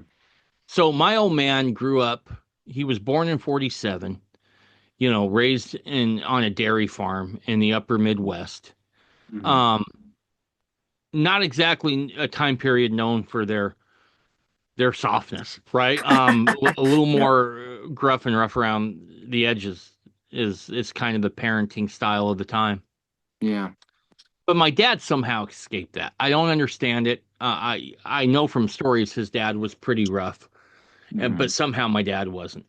And so there was always a lot of playful banter between my father and I, right? And he would instigate most of it, right? And then teach me how to respond in kind, right? So there was always some playful banter. Now, I always respected him. I knew there was a line that you didn't cross, right? But nonetheless, there was a respectful, playful banter between him and I. And I remember his um we had somebody over, um and my dad and I had been playfully jabbing one another verbally. And I went into my room and I left the door open, and the guy my dad had over said, "Oh, Dave, you can't be doing that with your son. You need to instill a little more fear in your son." Oh, And I remember hearing my dad's response, and he's like, "Well, that's one way of looking at it, but I think what I'm doing is superior to that." And the guy you said, were playing with him. "Well, my dad," the guy said, "Why?" And my dad said, "Well, my son respects me. How do I know he respects me? Because I've told him that there's lines that he can't cross and he doesn't cross them. Yeah. And so he doesn't have to fear me if he respects me." Yeah. And the guy said, "Well, what's the difference?" He said, "If my son fears me when he's in trouble, he's not going to come to me. Yeah. If he respects me, if he's in trouble, he'll come find me." And that was something that left a massive impression on me.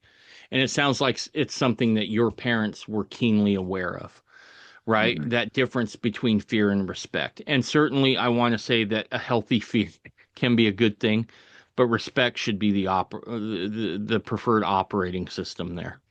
Yeah. And unfortunately, I do know I've heard a few stories where unfortunately that wasn't the case. Right, Where their parents really tried to install an era of fear in them. right, And like you said, it made it so the kid that's the thing that's interesting too, is that kids are going to find their needs whether you want them to or not. right. And if you're not going to supply them, they're going to find them somewhere else. Yep. So you can make that choice to either be part of that or not. Now, explain to me what your sensation, what most people say their sensation is Mhm. after they've confessed. There's such a weight lifted.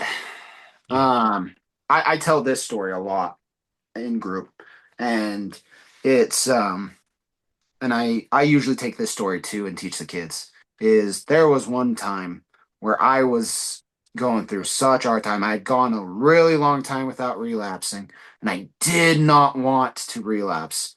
And but the wave was just on me. It was like 100 pounds of bricks on my back. My heart was aching. I was in physical pain. It really sucked. And I get to the point where I would really want to, and then I'd fight it off, and really want to, and then fight off, and then I just hear the spirit call Christian.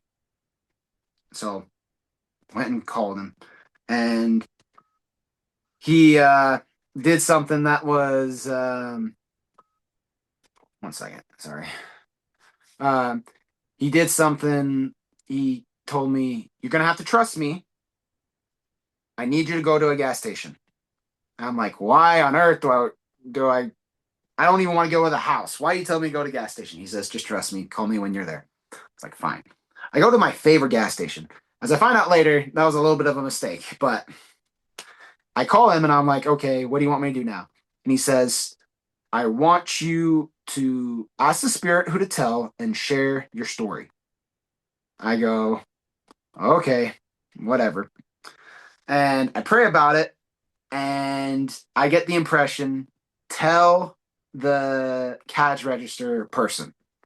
I knew this lady. I had seen her multiple times. I'm going to see her multiple times. I'm thinking this there. She's moved on since, but I was like, you gotta be kidding me. No freaking way am I doing that. This is after I got off the phone with him. And I prayed about it, got the confirmation, and then I'm like, there's no way I'm doing that. Absolutely not. Still having the pain and the bricks and all that stuff. And then I wrestle with the spirit for about 5 to 10 minutes. And then I hear, just go get a water. I'm like, fine, I can go get a water. I go in there, buy the water, get the prompting, tell her your story. And I'm like, nope. And I end up going back in my truck and end up drinking part of the water bottle. And then I was like, fine. I end up getting out of my truck, going inside, and I end up telling her my story and my struggles with addiction. And I will never forget. It was like someone taking off what with every word, those bricks. And I'm like, what the heck is this? Like I'd had relief from my parents before, but nothing like this. This is absolutely something completely different.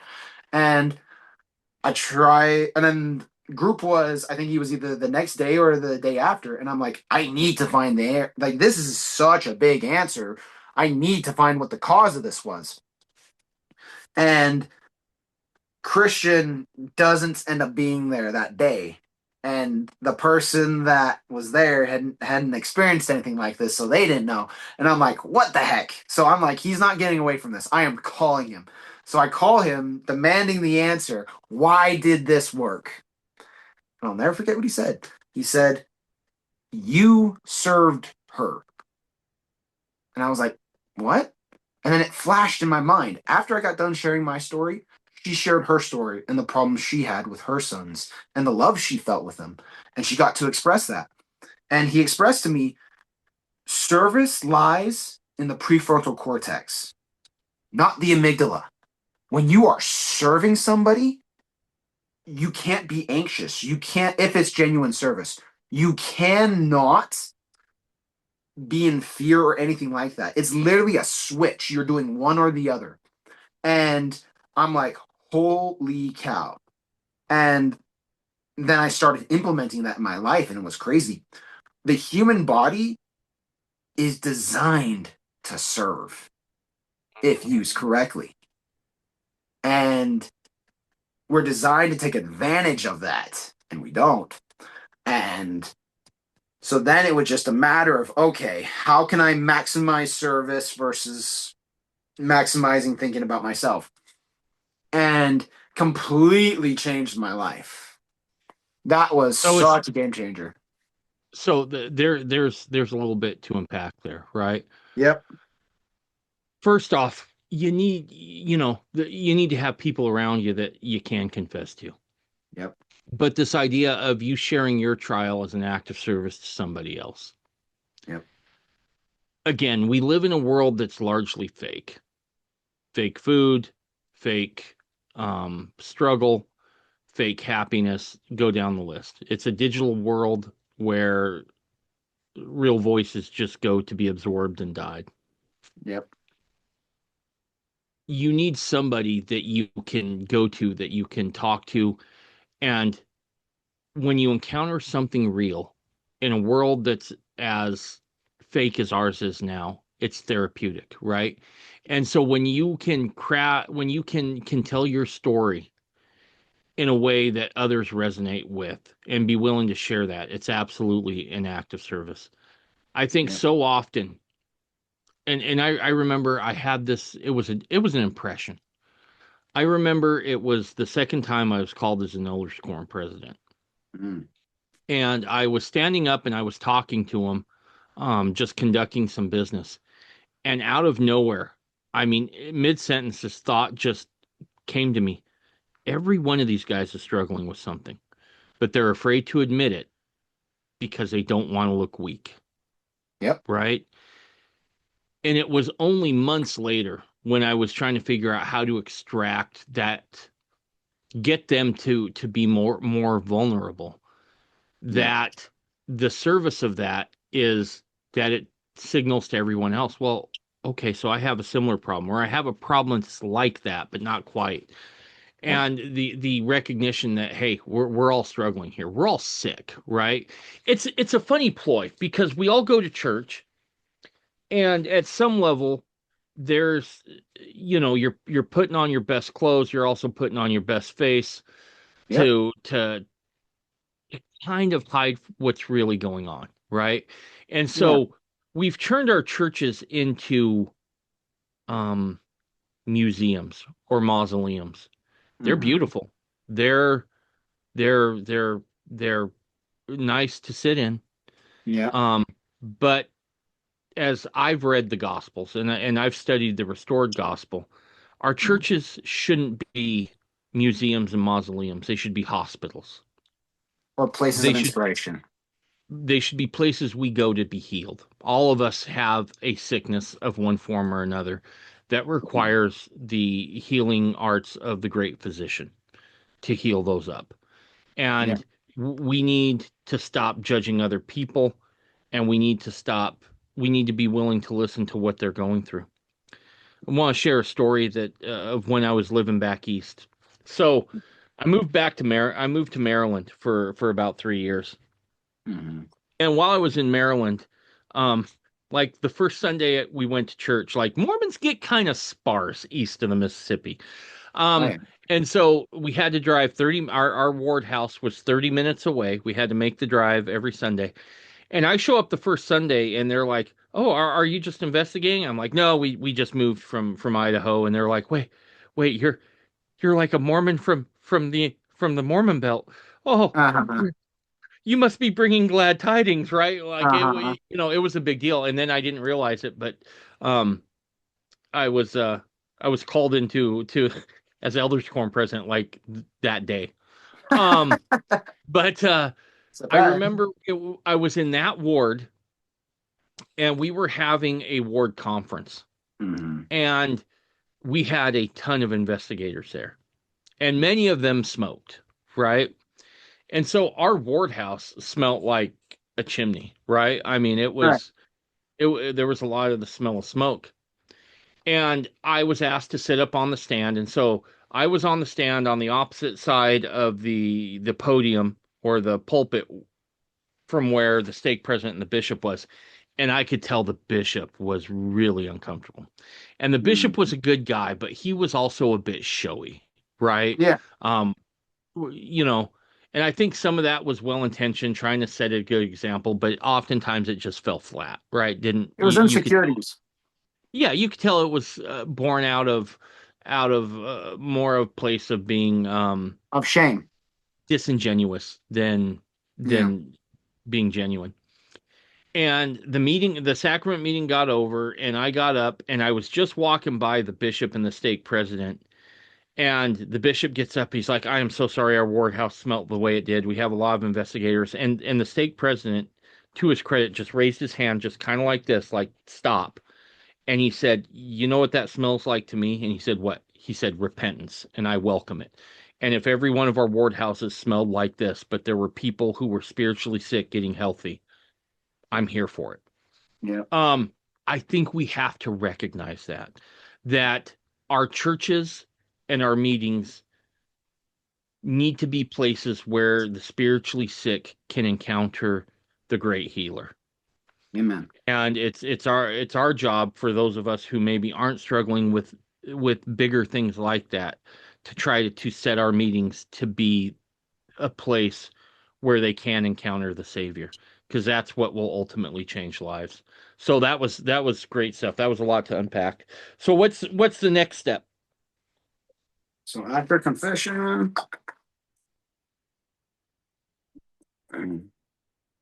become entirely ready to have God remove all your character weaknesses. Um, there's a really good. We usually have two videos that we teach with this. It's called God's Chisel by the Skit Boys, and then the Opposite Bicycle. And Right. have you seen any of those? I have not. Gotcha, that's fair. So God's Chisel. This is really interesting. Where it's basically two people doing a skit. One person's pretending to be God. One person's pretending to be more of themselves, and he literally has the god has a chisel and hammer, and he starts chiseling away character things, and the person's like, that's going to be painful to remove. I'm not sure if I'm ready to give that up yet. You can take this, like you can get rid of my big belly, but you can't get rid of my wanting to eat more and all these other things. And it's really interesting to see the people watch this because, and I resonate with it every time I watch it too. Of you gotta ask yourself, you gotta sit yourself down. This is where like the rubber meets the road. You gotta ask yourself, are you willing to give this up to actually heal? Right. Because there's a lot of people that aren't. One thing that I found Yeah. so interesting is one of the things that people really don't want to give up is their music. Is um is their simple pleasures. And part of that is they haven't attached value to the recovery, right? This will be a little bit of a harsher lesson, but like I'll ask somebody, would you jump in an ice plunge? And they say, no, I physically cannot. And I say, okay, would you dip your hand in if I gave you $50? And they say, no, not worth it. What if you had to put jump in, both feet, not submerge or anything for 1,000? Would you do that? That gets them going a little bit. Then I said, all right, what if I paid you $500,000 to stay in there, submerge up to the shoulders for 45 seconds? That really gets them thinking. And it's not that they're physically not willing, or physically able. Because like anybody who's read books of amazing people that have overcome amazing things, the human body is incredible at what we could accomplish. Right. Like, um, I love what's his name? Um, the Navy SEAL guy. What is it? Jocko Willink, Yeah. Well, no, Jocko Willink's really good, but no, the other guy. Sean He's Ryan, he's the one that lost like 300 pounds in 6 months. David Uh, Goggins. yeah, Goggins. Yeah. He ran a 100-mile marathon with two broken shins and blood trickling from his nether regions, like absolute pain. And the dude pushed through it. And his life was absolute garbage. If anybody had an excuse to be a statistic, he did. And so I kind of look at that and say, okay, he was willing to give up those simple pleasures to accomplish a goal. He valued it. He attached the emotion of the 500,000. He attached that kind of feeling into overcoming whatever it was. And people do not like to do that. It is hard to get them to change that. But once you do, then it's real. It's like the pinnacle. Like it's starting to get easier after that point if you can master that. Absolutely. Absolutely. And again, going back to the first part of our discussion, it's the ability to want to sit with the pain a little bit. Yes. Um, as human beings, we do a lot within our power to avoid pain and discomfort. Right. But Um, we're bred for pain.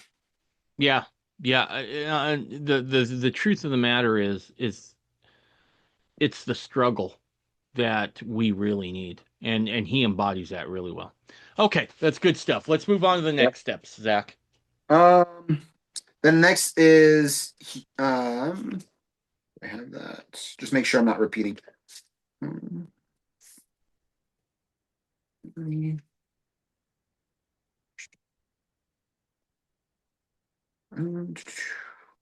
So then after that is humility. You have to be humble. You have to be willing to realize this is the point in the journey where you know where you are, you know where you're going. You need to stay humble so that you actually stay in the work. You stay in the things that you need in order to keep going. So like Right. some people they like I use like a lot and I shouldn't. um It's all right. they they start on this path, they give up it for a time, but then they run back to it. And it's because of the pain.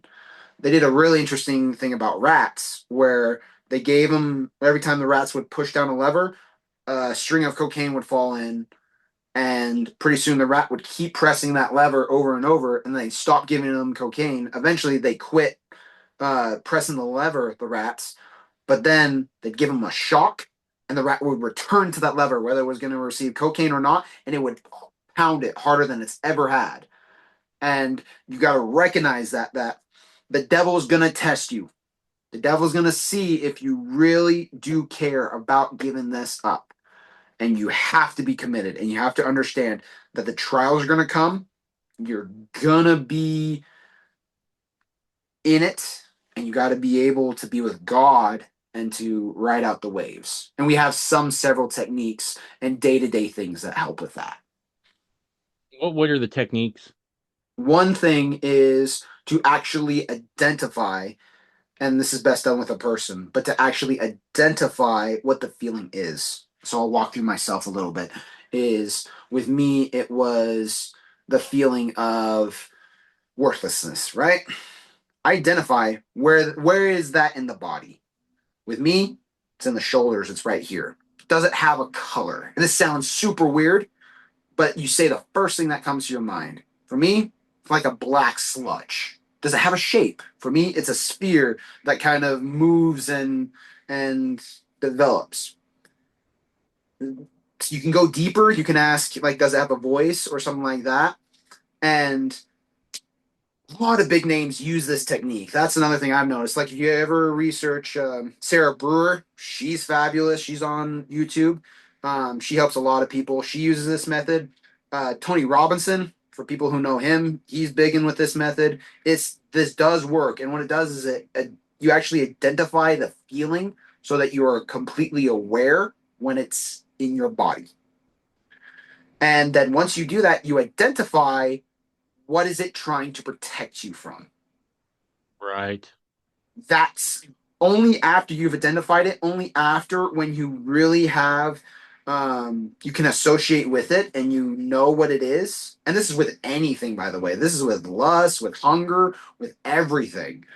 You have to be able to identify what it is and then be able to sit with it because it's trying to protect you with something and say thank you for doing that. I've got it.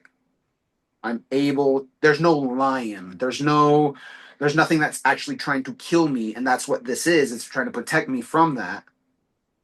Right. So so then you just observe it and you kind of just sit with it. I actually have a page for that. Where is that?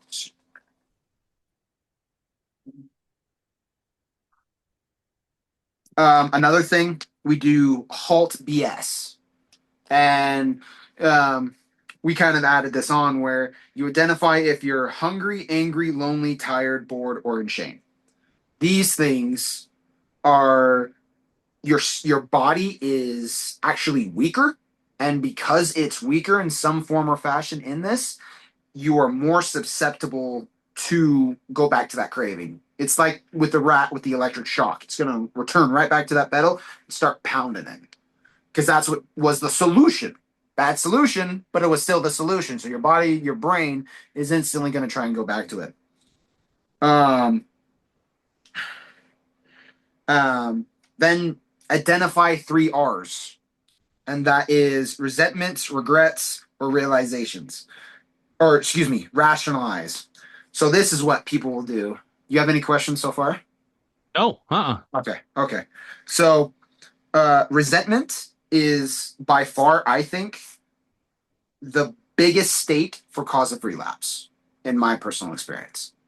And that's because you're angry and you're trying to, there are problems of the past and that stays in your body. And like we talked about earlier, it's also in a way thinking that the atonement doesn't apply to them. So you're not willing to Right. forgive them. And so, because of that and the nature of it, I think that's the biggest of everything that we've talked about here today. If you have resentments, especially against yourself, you'd be surprised at how many people have resentments toward themselves. It's Yeah, no, totally. crazy. It's crazy at how many people they get down on themselves so much. Like, hey, my past consists of A, B, C. I am then for need to punish myself by making sure I'm not in a good mood today, or something to that effect. And it could be anything, any type of action toward that. Um, and then regrets, obviously, are like ways that you've handled in the situation. I've suffered from this where I'll really regret like talking to a brother or being in an argument when I need to just let it go. It's in the past. There's nothing I can do about it. I just need to let it go.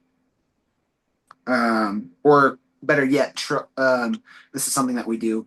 You put it in Jesus's hands. This is one of the reasons that I think it's so powerful. You've talked about the temple a little bit of the law of, and I'll just briefly go over it of the law of oath of vengeance, and that's what it's for. Is you give all this to God. Any wrongs that you've done or God or people have done, you got to give that to Him and be able to let Him work things out on your behalf. Right. Yeah, no, that letting go is so tough, Oh right? yeah, And sometimes I think we are certainly made by our experiences, oh yeah, but that doesn't mean that you need to hold on to every experience. What you need to hold on to are the lessons learned, not the accompanying crap that came along with the experience. yeah, absolutely. And then this is the one I am currently working on. I'm glad to say I'm recovered from pornography, but I'm still working on these things and becoming better at them. And that is rationalize. I like to rationalize things. I like to say, well, I'm doing things because of A, B, C, and they they keep you from who you could be. Rationalizing it is the same thing as excusing it, right? Let me give you an example. I found for myself, I found that if I am going to lose weight and I am going to be the healthiest I can be, I cannot fall into the trap of a cheat day, Yep, right? With what I eat. yep, Because if I have a cheat day, I've blown it up, right? The yep, best thing for me is to just stay disciplined. But it's real easy to rationalize or excuse a cheat day. Like, man, I've yep. had a streak of 21 days, right, where I've just been eating clean and I'm feeling good and I'm feeling strong. I should celebrate with a pizza, Uh right? huh. And as a reward, right? Yep, And what happens is that I fall off the wagon at that point, yep, right? So we have to get to a point to where we recognize what our triggers are for rationalizing and then making excuses for ourselves. And yep, then firmly be conscious enough and self-aware enough to get rid of whatever it is that allows us to fall back into those things. yep. And one of the biggest things with all this is changing your identity. And this is big for people because pornography and any sin has a tie to how you view yourself, how you view your identity. And that is on a fundamental, that's what all we're doing here is we're really trying to say, okay, who do you want to be versus who you are now? And let's see what it does to actually change that. And the human mind hates that. We are our way, we're gonna stay our way. We know our way is safe. It's the devil we know versus the devil we don't. Therefore, we're gonna deal with the devil we know. And it completely works against us. Our brain will work against us if we really try to change our identities. Yep. Absolutely. 100%. All right, moving on. Yep. Then after that, so seeking forgiveness, you already did. Um,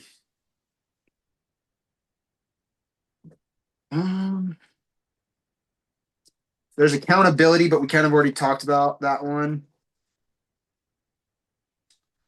Um, the last one is service, and the reason that it's talked about in our group and other groups as well as I've heard is if you do the first step and the last step, then the rest will kind of take care of their own. I am still a fan of going through the other steps, but you got to basically take what you've learned and be willing to give it to others. It's kind of what we talked about earlier as well, that the you can't be in a state of anxiety and stress and all that when you're serving if it's doing proper service, because some people will Right. say, oh, I'm gonna help this person, and then that person's gonna get me some help on the side here and there, and that's not true service. um, but when you actually begin to serve and you're actually using your prefrontal cortex, this is a little bit more brain here. um, when our brain develops, it develops from the bottom back forward. So it takes more energy to use the front part of our brain than it does the bottom and the back, where the amygdala is. And so I like to think about it like, for those who know the country, they have these things called pivots, and then there are these Hmm. big sprayers that move in. Notice the path that the pivots make. There's nothing that grows there, and they dig into the dirt. And the longer they're there, they're those divots are gonna be deeper and deeper. What if you need to move that pivot to a different spot, and then you need to carve out a new road? And so it's going to take time for those old divots to work their way out. And this is how you do it: is you keep your mind on service. You keep your mind on keeping your prefrontal lobe activated, and you grow it. It's a muscle. You grow it, and that is when you have lasting change. Yes. There's that scripture in the New Testament that says, "He who loses his life will find it again." Yep. A story that I heard once about an LDS church president, I believe it was Hinckley, Mm-hmm. who, when he had went on a mission, he went overseas, and every time he'd write home to his dad for about the first 3 or 4 months, it was always, "This is way hard. This is way hard." And his dad would try to encourage him, try to pump him up. And Yeah. finally, his dad just said, "Gordon," one of his letters, just a couple lines, said, "Gordon, forget yourself and go to work." Yep. Now, we live in an age of self-obsession, right? We Absolutely. live in the age of the selfie. So our gaze, society wants us to fix our gaze upon ourselves, Yep. right? It's not how mankind was meant to operate. Nope. We need to be of service to other people, because when you do that, you now have shifted your gaze from yourself to somebody else. And when you do that, you lose your life, like the scripture says, in a way, right? You are not obsessed with the self. You are obsessed with, what can I do to be of service to this other person? And it seems counterintuitive, but in that there is joy. And we are not going to be able to really put away the things that are detrimental to us until we engage in service, because it's through that service that we find our life again.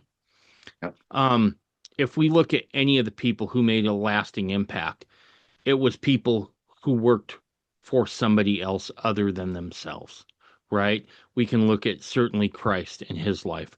There was nothing that he did that was for himself. Mhm. Everything was for everyone else.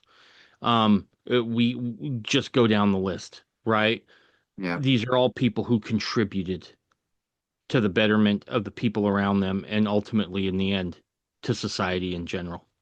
Yep. This is a So there family is business. something true to that phrase of losing your life. By losing your life, you will find it again. And I believe the mechanism there is service in one form or another. Yep.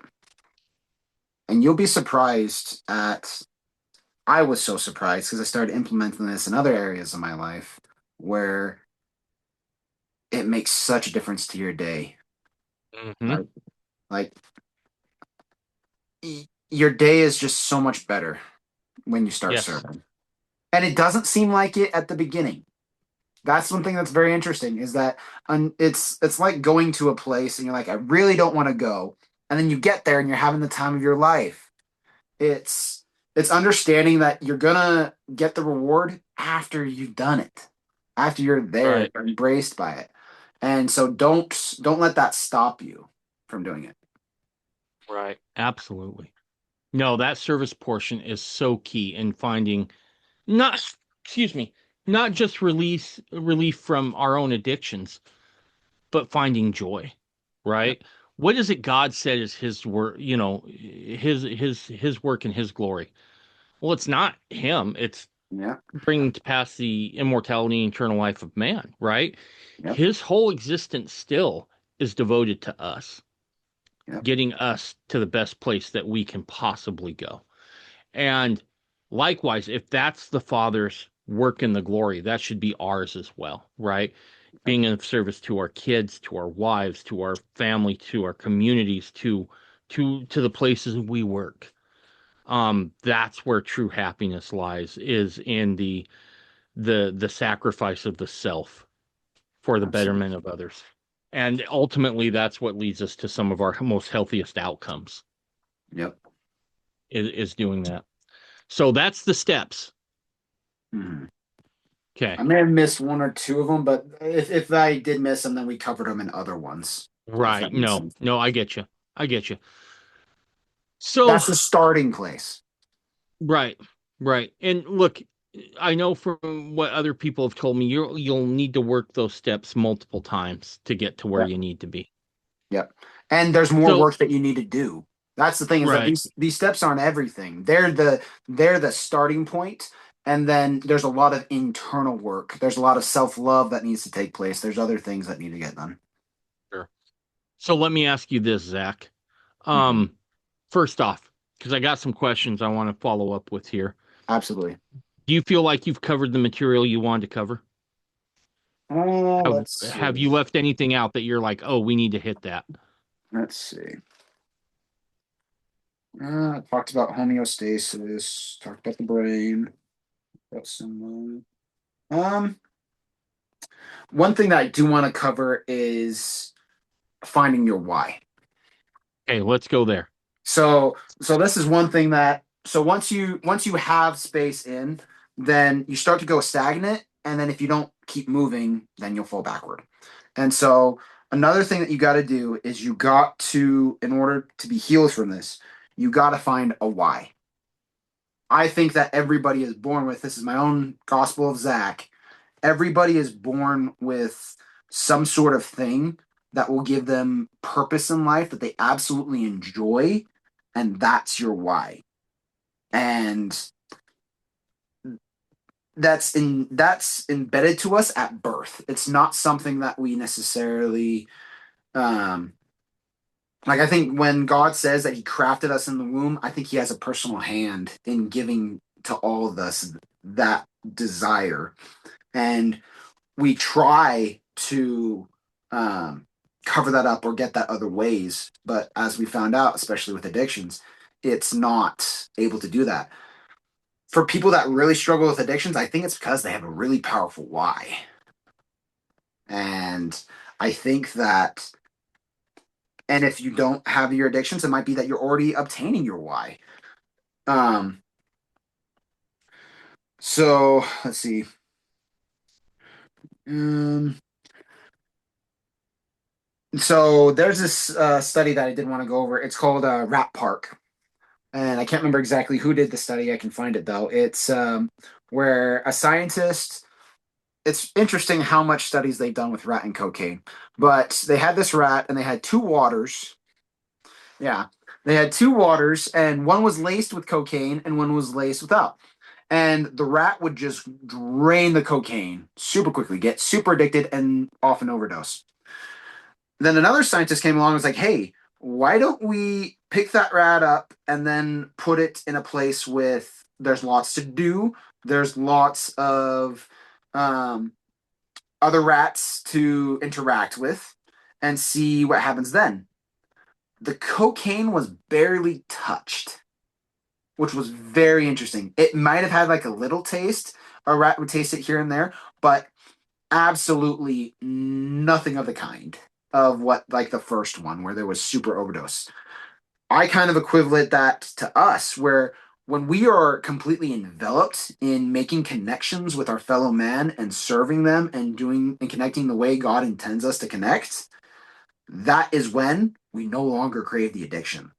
And I am a testament to that. Like with me, I have to have spiritual conversations with people.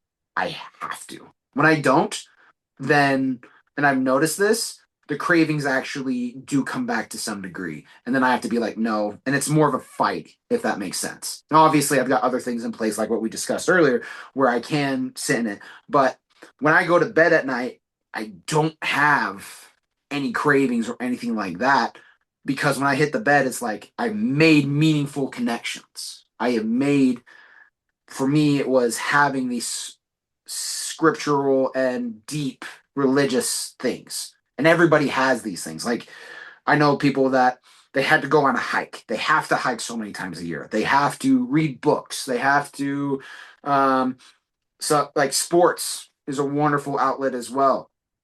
And some people are designed that they have to do that in some capacity. And I think there's some way to turn that into a service, which is what God wants us to all find. And that's where you gotta really sit down and find your why in all of it.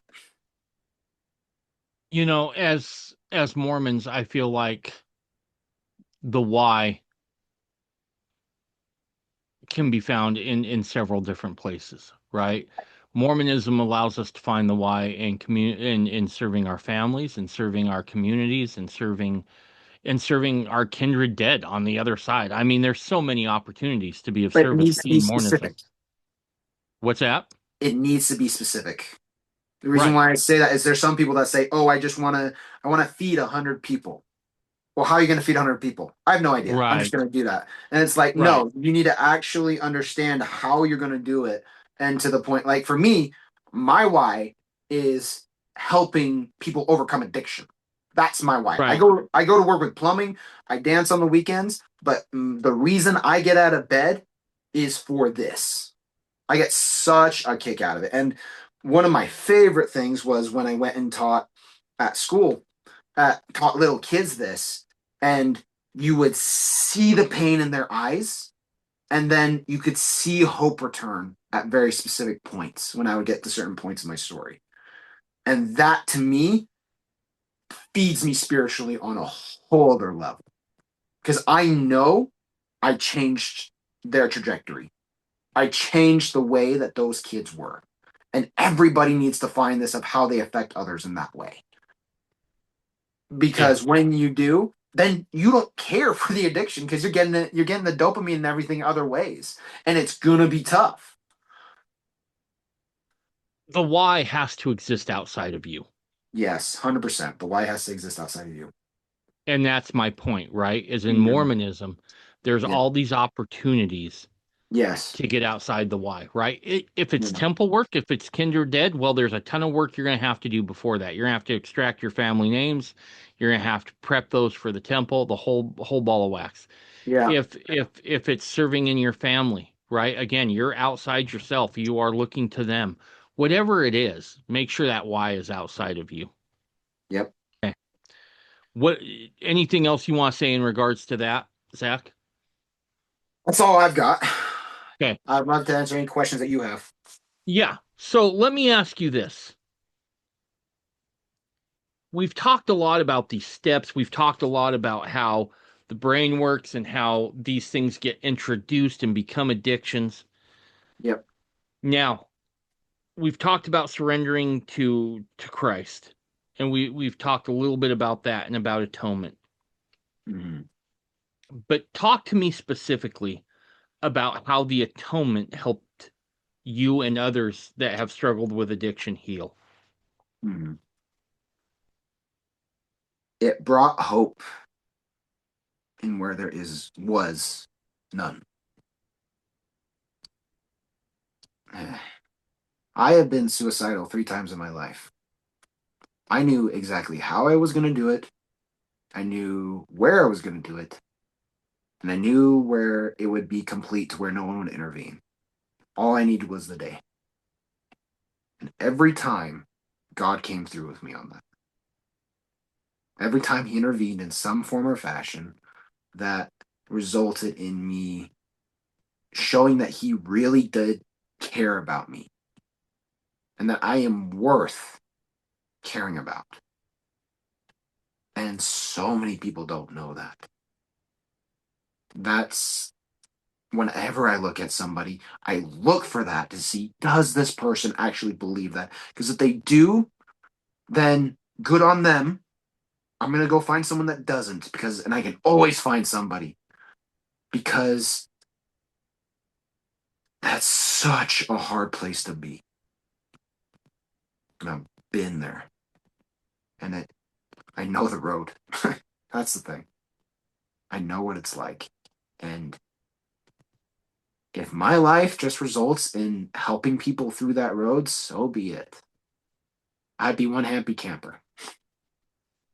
What does it feel like once the atonement has worked, you've obtained forgiveness Mhm. and you're past the addiction? It is a beauty that is rarely experienced, and you cannot experience it unless you actually go through it. I do not wish my addiction on my worst enemies, but I also wouldn't trade it for anything. And that always gets some people's feathers riled up a little bit. But I generally wouldn't because I know the love of God and what He has for me. He's shown me. He's deliberately put things in my life, and I had to work for it. Be understood. He makes you work for it. But once you get it, you understand the Savior on a level that not everyone does. I want to be clear here that you can get that without addiction, right? Yes, you can. It's through your trials, right? Whatever your Yes. trials are. Maybe your trial's addiction. Maybe your trial is Losing a loved one. losing a loved one, or even something as simple as finding the motivation to do the right thing all the time. Whatever your Yeah. trial is, there is hope and there is healing through the Savior, through Jesus Yes. Christ.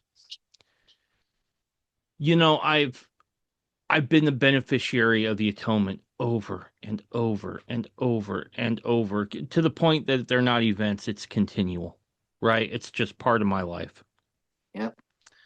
Understanding that it's the atonement that gives me the opportunities to continue to move forward and grow. Yeah. And it's important to realize that that atonement isn't just there for repentance. And let me explain this. Mhm. Sometimes I think we get to a place with the Savior and the atonement that we look at it as just there for when I screw up, right? And certainly that's a big part of it. But the atonement offers healing. The Yeah. atonement offers forgiveness that we can extend towards others. And the atonement ultimately means happiness, that we get to move through these trials and walk out on the other side better for having gone through them. And we need to be just as thankful for our trials as we are for the atonement, because that's where we get to encounter divinity for many of us, or is in the overcoming of whatever trial we've been given. Yeah.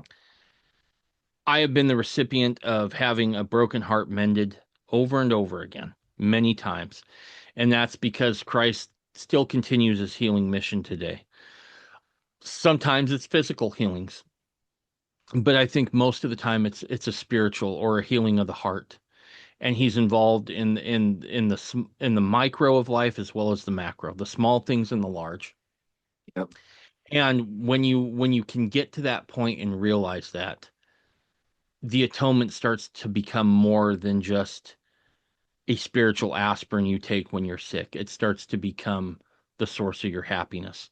And it's also going to lead you into service. And again, that is a healthy and a good place to be. And there can be that hope and healing through. That's my ultimate testimony here on this one. And then I'll turn it back to you to close this out. But I ultimately feel like that is the message, is that hope and healing is still found through the Savior, and that it becomes more than just a spiritual aspirin that we break for when we're sick. It becomes the source of all our happiness. And that's the testimony I'd leave with you. And Zach, I'll throw it to you to close us out here.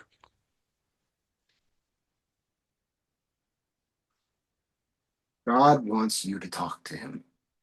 He wants you to have a relationship with him. And sometimes that involves the thing you want most to be behind his back, that you got to go through him. Right. And sometimes it may not seem worth it, but I promise you it is. Getting to know your Savior, getting to know your God, I promise you it is worth it. And he will have blessings and experiences with you that you cannot comprehend. And he is an amazing paymaster. He will take care of you. It just sometimes involves trusting him. So, Perfect. Good stuff. We'll end it right there. yep. Zach, I appreciate you coming on. And dude, I've said it before, and you're proving me right here. You've been on once before. You got a standing invitation to come back on whenever you want, when there's something you want to talk about. All right. Yeah, can I'd like to extend this to any of your listeners. If there's anything that they do want me to break down or any questions that they do have, if they want me to get on another podcast, I'll put together another lesson if you want, or if you just want to give them my number, then they can as well. I'd like to Perfect. extend that to anybody. Doesn't matter what group, doesn't matter where you are. If you're struggling, get a hold of me. I keep my Awesome. phone on all the time. Awesome. Do me a favor, send me the link to your group so I can put that in the show notes so people can find you if they need it. There's not a link, but there is an address that I will give you, and then the time Okay. and date that we meet. Sounds good. All right. Hang out just 5 minutes. All right. Yep. Thanks, man. Bye, everybody.